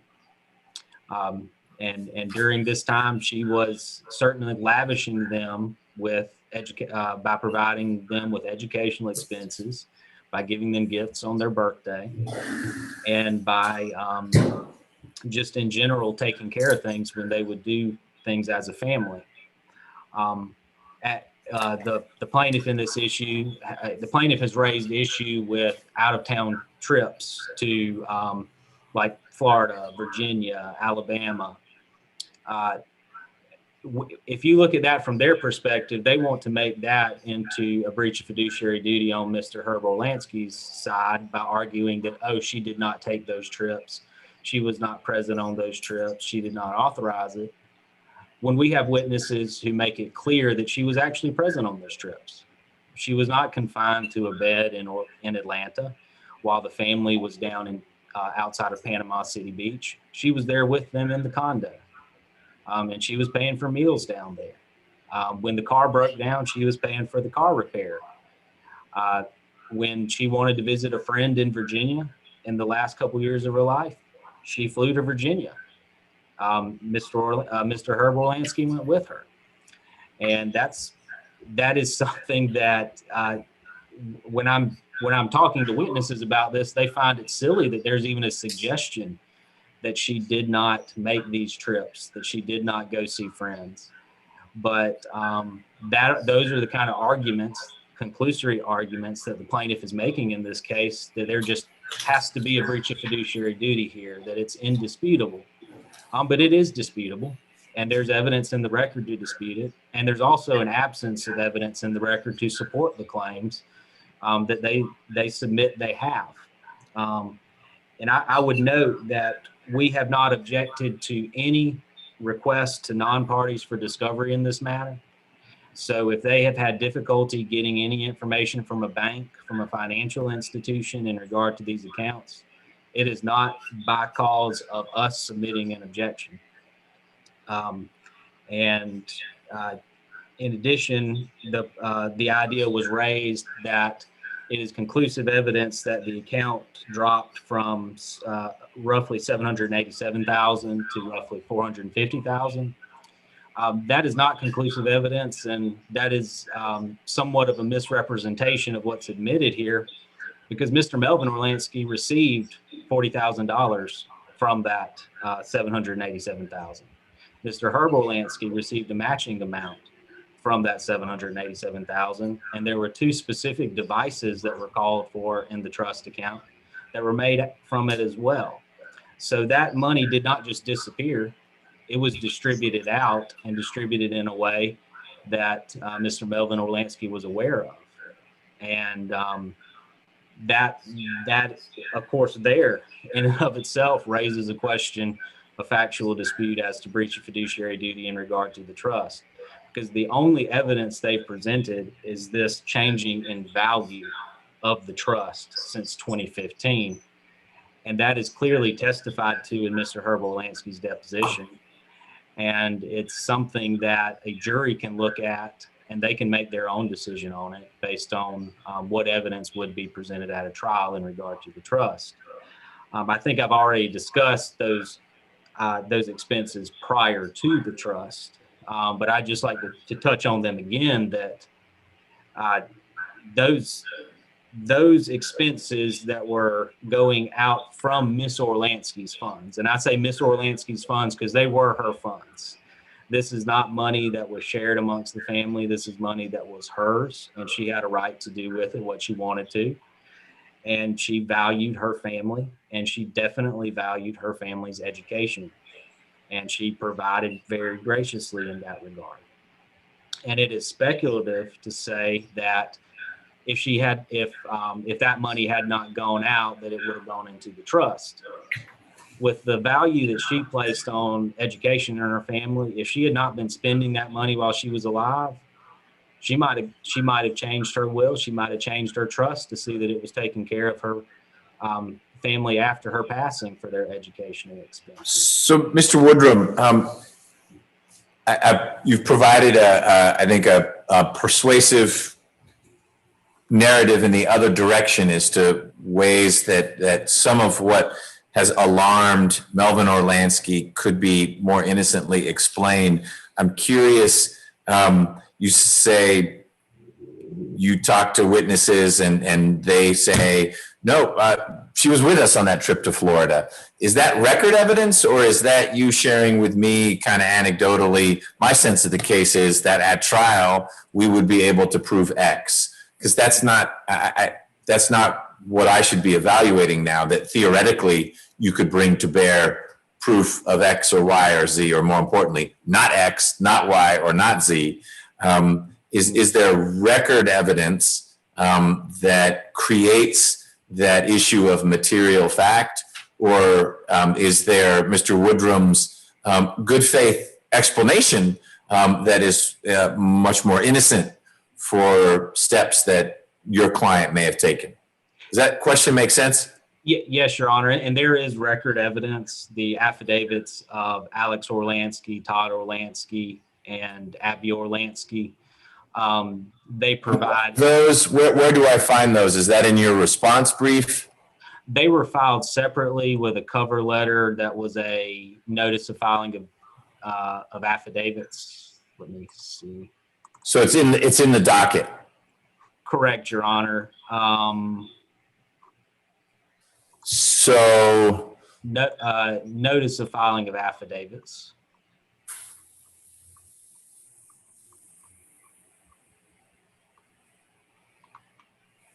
Oh, here we go. Okay, got it. And there's also answers to those questions in the deposition of Herb Orlansky, in particular mentioning the trip to Virginia and the trip to Florida, because that is the evidence that is in the record of the court. They can certainly speculate otherwise, but that's all it is at this point, speculation. They can try to argue from circumstantial evidence that is not what could have occurred, but that is an issue of fact for the finder of fact to determine. That is not something that is appropriate for summary judgment. Okay.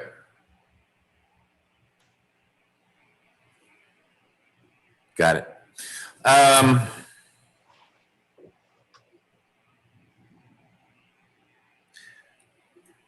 A reason why your client has not provided an accounting from 2015 forward would be because I'm not obligated to, and we contest the notion that there's been a breach of fiduciary duty? Well, Your Honor, we do contest that there has been a breach of fiduciary duty, and we view that to be a predicate under 53-12-301 for that to apply and for there to be an accounting or removal. So we would maintain that since there is a question of fact as to breach of fiduciary duty, that the relief that's provided under 53-12-301 would not be appropriate on summary judgment. We would also point to the document itself. It does not require an accounting. And it's specifically, if there's any inquiry made, it's only inquiry that is by me, meaning Libby Goldberg Orlansky, because it is a very simple trust document to have been managing the amount of assets that were involved in it. But we can't go back and wish that it was written any differently. We're bound to those terms, and Right. That document speaks for itself at this point. Okay. All right. Well, I think I'm ready to hear Mr. Pearman on summary judgment on the counterclaims. Was there anything more, Mr. Woodrum, you wanted to add in terms of summary judgment on the complaints claims? No, Your Honor. Okay. Mr. Pearman, when you are ready, let me make sure. Ms. Fuse, you hanging in there? Are you okay? We're going to try to end around noon, but we'll see how much time the lawyers need for these others. They're no less important. I'm fine, thank you. Okay. Thank you, Judge. And before I get to the counterclaims, if you can just indulge me for 1 second regarding some of the claims, some of the arguments that defense counsel just made. Your Honor, I'll direct you to our Exhibit 2, which is again Herb Orlansky's deposition, page 11 of the deposition, starting at lines 24 and 25, so the bottom of the page. Question. Hold on 1 sec. I'll get there. 11.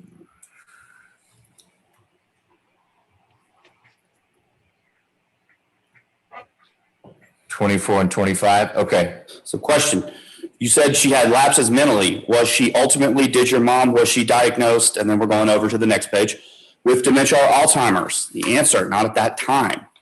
Question, at some point she was. Yes. Do you recall when she was first diagnosed with dementia? I'm guessing it was around 2009, somewhere around that time. So, Your Honor, she was diagnosed with dementia. I'll direct you to page 13 of the same deposition, lines 4 through 12. Question, as of 2010, had her memory issues progressed, gotten worse? Yes. And then she had, and the context for this, Your Honor, is that she moved to the assisted living because she was falling. She had no idea where she was. She was found on the floor all night. I'm sorry, but that evidence is, this deposition took place on the 3rd of February of this year. Those affidavits were submitted, and I took them to be submitted as part of the response to our motion, Your Honor. Your Honor, yes, just because you can come up with an affidavit that says something that, oh no, this is in factual a dispute, so summary judgment's not proper. That's not what the law says, and I know Your Honor is well aware of it, but it has to be a genuine issue of material fact. And here we have the defendant himself saying, basically, by 2009, mom, before that she needed to move into an assisted living. By 2009, she had to move to a different one. She was falling, and she's diagnosed with dementia. Your Honor, that's obviously a question for the court to determine whether or not there's a genuine issue of material fact. We can tell that there's not. She was diagnosed with dementia. She was mentally incompetent in at least 2009, 2010 at the absolute latest, Your Honor. So as far as the one other thing I wanted to clarify, Your Honor, yes, there was a $40,000 specific a partial distribution to my client and to defend that. That was made during the sort of the early stages of this litigation or before litigation commenced. So that's $80,000. The two specific requests that Mr. Woodrum mentioned that he didn't quantify, it's in the trust. It's $50,000 to defendant's daughter and $10,000 to one of his sons. So that's $60,000. So we're looking at, so of the 787, you're going to knock off 140 of partial disbursements / specific bequests that we're aware of. All right. Where's the other $300,000, essentially?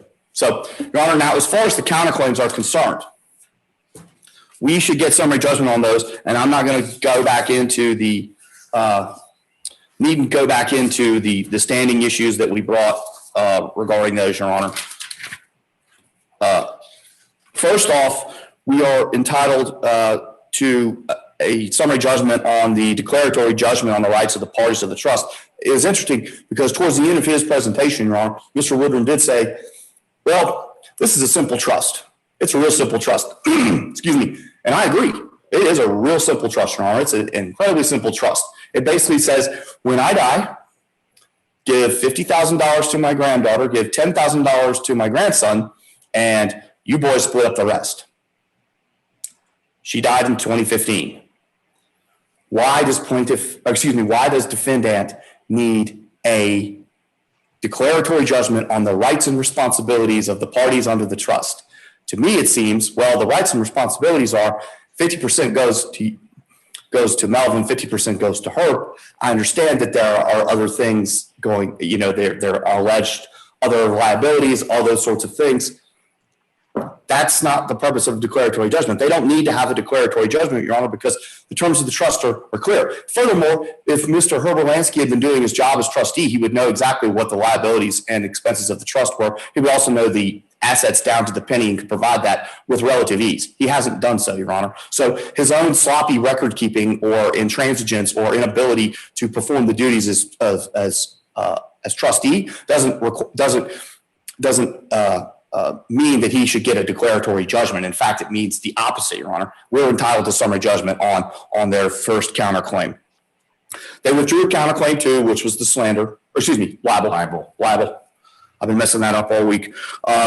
Count 3 is the slander, Your Honor. So, okay. Notwithstanding jurisdiction, we've already discussed that. Your Honor can make a decision on that. Even if Your Honor decides that by virtue of the fact that Mr. Melvin Orlansky filing this lawsuit here means he is submitted to the jurisdiction of the counterclaims, we still win, and we should win on summary judgment on slander, Your Honor. First and foremost, slander, as Your Honor is well aware, an absolute defense to slander is truth of the matter asserted. There is ample evidence and it's an amorphous allegation. The allegation is, he has abused the trust. Well, what does that mean? Well, they don't really ever speculate. They don't really ever, with any specificity, say what the allegation is, that he, meaning Herb, has abused the trust, which is what Melvin said via hearsay in the complaint, in the counterclaims. Well, we have evidence before the court, and it's undisputed that there's missing, there's missing trust assets. I've already said that there's at least $250,000, $300,000 in missing trust assets. So that in and of itself is abuse of trust.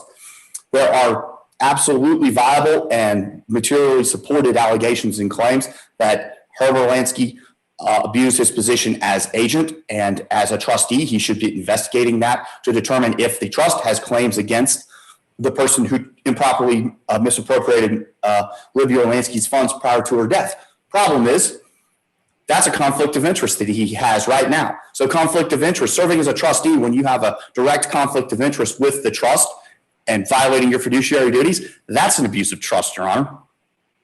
So on those two bases alone, we have an absolute defense to their claim of slander, which is the truth, because it didn't say their allegation is so amorphous that what does abuse of the trust mean? Well, we've just demonstrated that there's no evidence that's reasonably in dispute that that Mr. Herb Orlansky wasn't abusing the trust. So we should win on slander right then and there, Your Honor, because truth is an absolute defense. Now, the other claims are counts 4 and count 5 of the counterclaim, Your Honor. Count 4, defendant requests a declaratory judgment regarding the rights of the parties in Orlansky investments. Count 5, defendant alleges that plaintiff breached his fiduciary duty to defendant regarding his duties as managing partner. Your Honor, again, as far as the summary judgment on these counterclaims, we believe that I will stipulate that the slander, as far as the jurisdictional argument is, as far as it being related more to the claims, that is a closer call than it is for the Orlansky. It seems to involve the trust. These other two seem more so, other than the ownership stake, seem to be, well, if you're going to do that to me, I'm going to do that to you. A general airing of grievances. Yeah. And, That's what families do. Yes, I did feel incumbent to have some candor before the court, Your Honor. I'll admit that the slander claim is a much closer call as far as relating back to the subject matter, the nexus of the claim of our claims as far as the counterclaims. This one, there is no nexus, Your Honor. This is simply, I violated my breach of fiduciary duty. Well, you did too. Your Honor, there's just no evidence in the record that there's anything going on there. In fact, Your Honor, if you read the deposition of my client, he testifies, and there's no evidence to the contrary, that he has the accountants who work for Orlansky Investments LP. They provide Mr. Herbert Orlansky every year with a copy of the partnership's tax returns and a copy of essentially the balance statements. He knows exactly what's in Orlansky LP, because my client, Mr. Melvin Orlansky, provides it to him on a yearly basis. And it's not in the record, but Mr. Melvin Orlansky is preparing the taxes for last year will be going to Mr. Herbert Orlansky any day now. So, Your Honor, the evidence, the only competent evidence before the court regarding counts 4 and 5 of the counterclaim show that there is no genuine issue of material fact, and we are entitled to summary judgment on those. And to sort of wrap up as far as count 6 and count 7, again, Your Honor, similar in our complaint. Those are dependent. Entirely dependent, Your Honor. If you find this, then punitives. If you don't find that, then obviously summary judgment will be on that. So again, I'm not trying to monopolize all the time. So, and you've read our brief, you know our response. You obviously understand those issues. So I'm not going to spend a whole lot of time belaboring them unless the court has any specific questions for me on that, Your Honor. But on the substantive claims or the counterclaims, excluding those two, Your Honor, there is simply no evidence that there's a genuine issue of material fact as to our liability on those claims, and we ask for summary judgment on all of the counterclaims, Your Honor. Okay, and that's layered on top of jurisdiction. I'm not saying you're waiving those. We just got those out of the way up front. I need to work through those things first. Yes, Your Honor. Kitchen sink. You have to throw it all out. Great. Thank you. Thank you. So, Mr. Woodrum, talk to me about the 4. You can talk about attorney's fees and punitives, but they flow from the others. So talk to me about, they don't flow from a deck action, but talk to me about the 4 substantive counterclaims. Yes, Your Honor. And as counterclaim count number 1, we brought a claim for declaratory judgment under OCGA 944.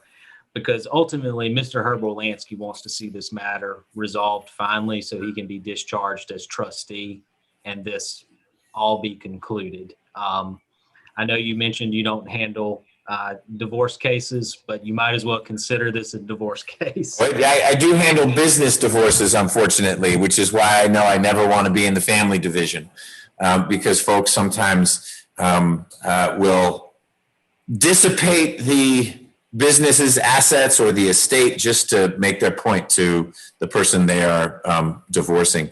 But I'm curious, if the trust is as simple and straightforward as you described it, Mr. Woodrum, what's the uncertainty?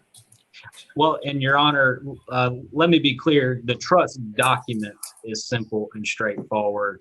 The trust assets are more complicated because of their intertwined nature.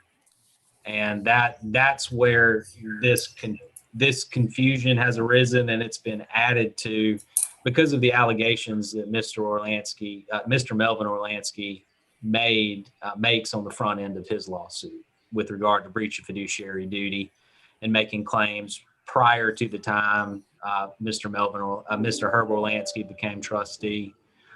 There's just this sprawling amount of allegations that Mr. Herbert Orlansky is facing. And when somebody in a trustee position is facing allegations like that, there's naturally uncertainty. I want to look at the language of the counterclaim so we're grounded here.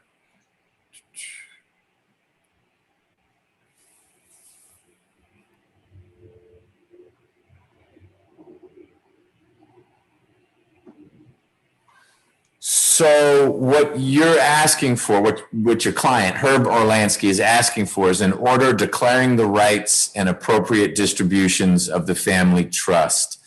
How is that answer ever going to be something other than 50-50 with a set-off, if there is a set-off, if I were or a jury were to decide, there was 800,000, I'm rounding up, as of 2015, and it looks like there's 100,000, I'm making that figure up, that Herb Orlansky cannot account for. And so it ought to be 400,000 going to each side, but instead it's going to be 350. And so Herb Orlansky needs to get 50,000 to his brother. Is that the uncertainty? Because 50-50, that's pretty clear. Well, 50-50 is certainly clear. Where the uncertainty comes from is this breach of fiduciary duty allegation from the plaintiff in this case. And what I pictured when I was drafting the claim is that since the jury and the court is deciding this issue of breach of fiduciary duty, they're appropriate to speak not only on whether that occurred, but what flows out of that as far as the distribution of the trust so that there is a final resolution in place. Because at that point, after trial, all evidence would have been presented. You would have a court of competent jurisdiction who could say, trustee, this is what you have to do. And that ends it finally in that regard.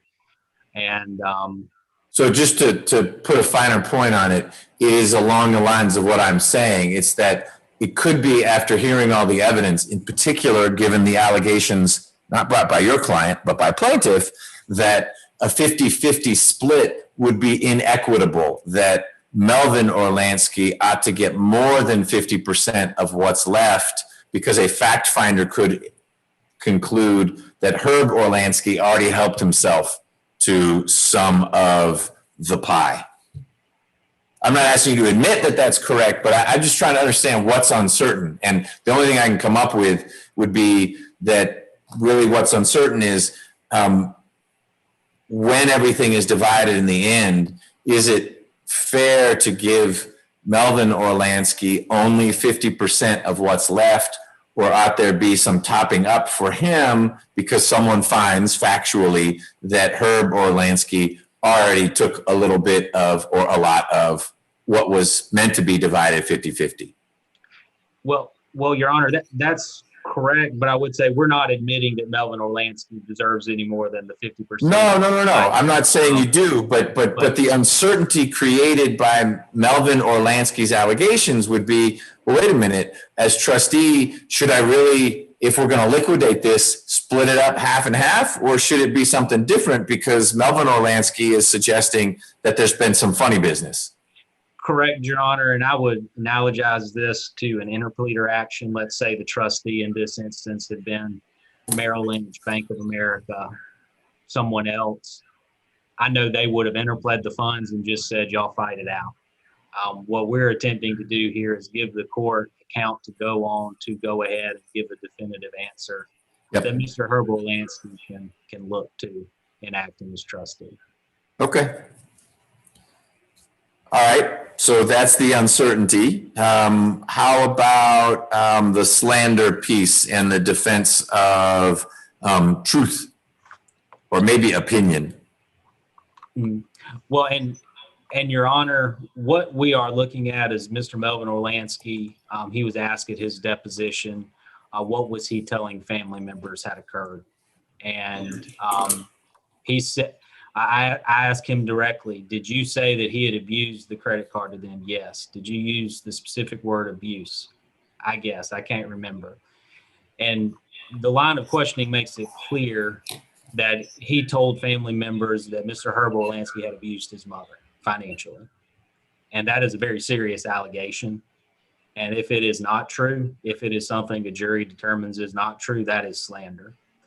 Elder abuse is a criminal there's a criminal statute that punishes elder abuse, financial or otherwise. And that is where we find our factual evidence in the record to support a claim of slander. Okay. I will look at Melvin Orlansky's deposition. And then 4 and 5 are connected, assuming for a minute that I find they are sufficiently connected through the Kennestone analysis because of the 10% ownership stake that the trust has in Orlansky Investments. What is your response as to why there are issues of material fact for those? And Your Honor, in regard to the declaratory judgment claim, it's along the lines of the same idea that follows the first declaratory judgment count, that Mr. Herb Orlansky wants to see a final resolution of this and put the claims before the court so that can be determined by one finder of fact and one court of law. And the reason we're bringing it in regard to the partnership is because it's at some point in the past, and Mr. Melvin Orlansky in his deposition testifies to this, he, on his direction, title of the trust was transferred, title of the 10% ownership interest of the partnership was transferred away from the trust without Mr. Herb Orlansky's input on that.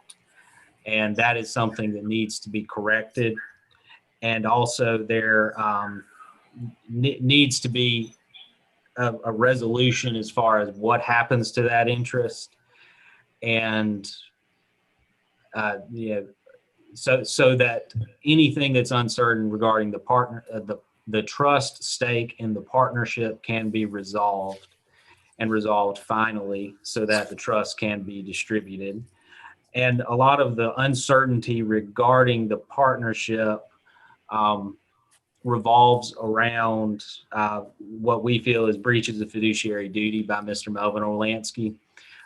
This is a family partnership, so it's understandable that there would be less formality than you would see in a true arm's length business functioning partnership.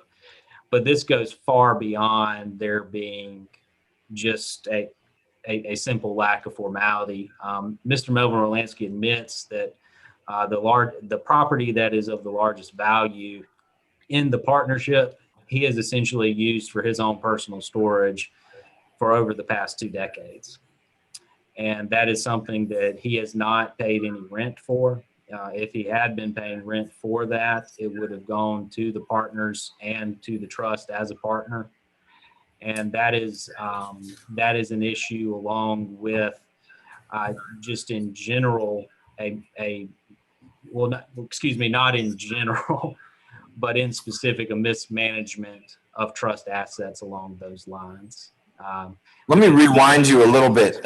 When you were describing the deck action and the uncertainty, you're saying that if I read Melvin Orlansky's deposition, there will be an admission by Melvin Orlansky that he caused the trust's 10% interest in the partnership to be transferred to where, to whom? Well, 5% went to Mr. Herb Orlansky and 5% went to Mr. Melvin Orlansky. So it was distributed. Okay. That sounds like something the trustee ought to do, not the managing partner of Orlansky Investments. Correct, Your Honor. And that is our issue with it, in that this dissolution of the trust interest and redisbursement of the trust interest was just done unilaterally by Mr. Melvin Orlansky. Is that hard to find? Is the deposition 1,000 pages long, or will I be able to find that pretty well, or do you know where it is?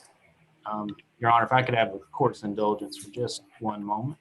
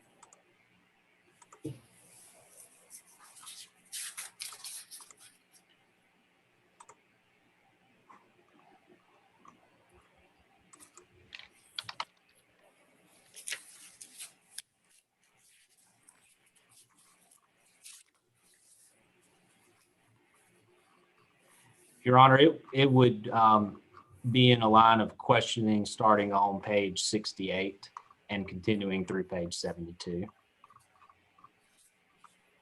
Thank you.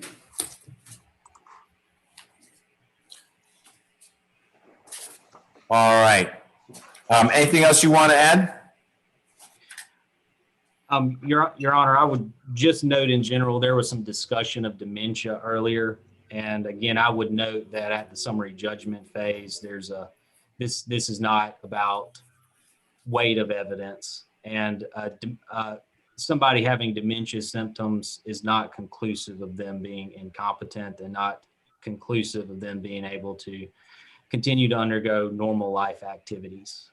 And this is a situation where, again, we have not objected to any not record requests to non-parties. And if you look in the record of the court, you're not going to find any medical records relating to dementia, incapacity, incompetency. And we would submit that absence of evidence speaks because our claim is she was not incompetent beginning in 2009. And I would just like to make that abundantly clear. The three Orlansky siblings, your client's children, they are over 18. That says so in the affidavit. Are they barely over 18? Are they in their mid-30s? What is their general age range? Your Honor, Alex Orlansky, the eldest, he is probably around 30 years old. Alex is an attorney locally. Todd Orlansky is mid to late 20s, and Abby Orlansky would be mid 20s. Okay, thank you. Mr. Pearman, you are the movant, so I want to give you last word if there's anything you want to say in rebuttal. You rebutted a bit on your claim, summary judgment for those. You don't need to arc back there unless something's come up. But if there's anything you want to say in rebuttal as to what Mr. Woodrum had to say for your motion for summary judgment as to the counterclaims, I am ready to listen. Nothing by way of rebuttal, Your Honor. I mean, there's no reason to rehash the arguments again. There's no reason to rehash all this other thing, all the things that we've briefed the court and we've provided to the court in evidence, Your Honor. So nothing by way of rebuttal. The only, if you want to hear a closing, I think that I've answered the court's questions today, and I would ask the court if the court has any other questions. And again, as I said earlier, it's the purpose of these hearings is not just to reread your brief. I like to do these hearings, and I request oral argument in almost all summary judgments that I file, simply because I know the court, particularly in a case like this, as the court alluded to earlier, we know the case better than you do, obviously. And this case has a lot of moving parts. So I find court questions, just like I do when I'm making an oral argument in the appellate courts, court questions are the most important thing. So if Your Honor has any questions further to me that I can clarify, if there's anything about my argument or about the evidence that the plaintiff has presented, I would be very welcome to hear from Your Honor. But if not, the closing is we're entitled to summary judgment on our claims, and we're entitled to summary judgment on their counterclaims for the reasons that we've briefed and the reasons that we've argued today, Your Honor. Okay. No, you've seen I'm not shy about asking questions. I don't save them till the end because then I don't remember what they were or they're totally out of context. So you and Mr. Woodrum have been very adept at answering them, and I appreciate you connecting them when I ask to depositions and record evidence. I feel for the Orlansky family. It sounds like that there is a rift here, and it would be great if there's a way at some point, sooner rather than later, to get some closure so that folks can move in the directions they want to and not have to pick at old wounds. But they're well represented through the two of you. Yes, sir. And the only other thing I had, and obviously I don't want to step on Mr. Woodrum's time about if he wants to do a closing, I do have the original deposition transcripts that are sealed. After we're done with anything else that Mr. Woodrum has, I'll take some direction from the court as to how you want these, because I couldn't get them filed electronically. Yeah, that's a great question, and you're going to want to email Ms. Niles and ask her about that. Not because she's going to do it. I don't know how that's handled these days. I know depositions get filed electronically. What I'm remembering pre-pandemic is that those things got brought out at trial, that they were still sealed. In other words, you held on to it with an understanding with Mr. Woodrum, hey, I've got the originals. And if there's a trial and you need to confront someone or refresh someone with their deposition, you're actually unsealing it in court. The jurors are, oh, that's kind of fascinating. But I don't know that with the e-filing system in place, it has nothing to do with the pandemic, that the originals get filed. I noticed in the docket that depositions were filed. There's a entry, probably from Mr. Woodrum, April 2, notice of filing of electronic deposition. So he's filed Melvin Orlansky's. So it's in the docket. I'm now looking at it. It's just not the original. We just tried to file the notice of filing original deposition, and They said no, thank you. we mailed them to the clerk's office. They mailed them back. I have called the clerk's office several times. I've gotten nowhere with that, but I'll try again. Well, check with Ms. Niles, I just want to make sure I'm perfecting the record. Yeah, you are not dropping the ball here, and it's now on the record. Thanks to Ms. Fuse, that you've been attempting to file the originals with the clerk's office. I just think that's not what happens anymore. So Ms. Niles may have fielded this question before, and she's in a better position to get the clerk's office to say, here's how things work, than maybe a lawyer saying, I'm here, you need to take this thing. I hold on to those. That's my unofficial advice there.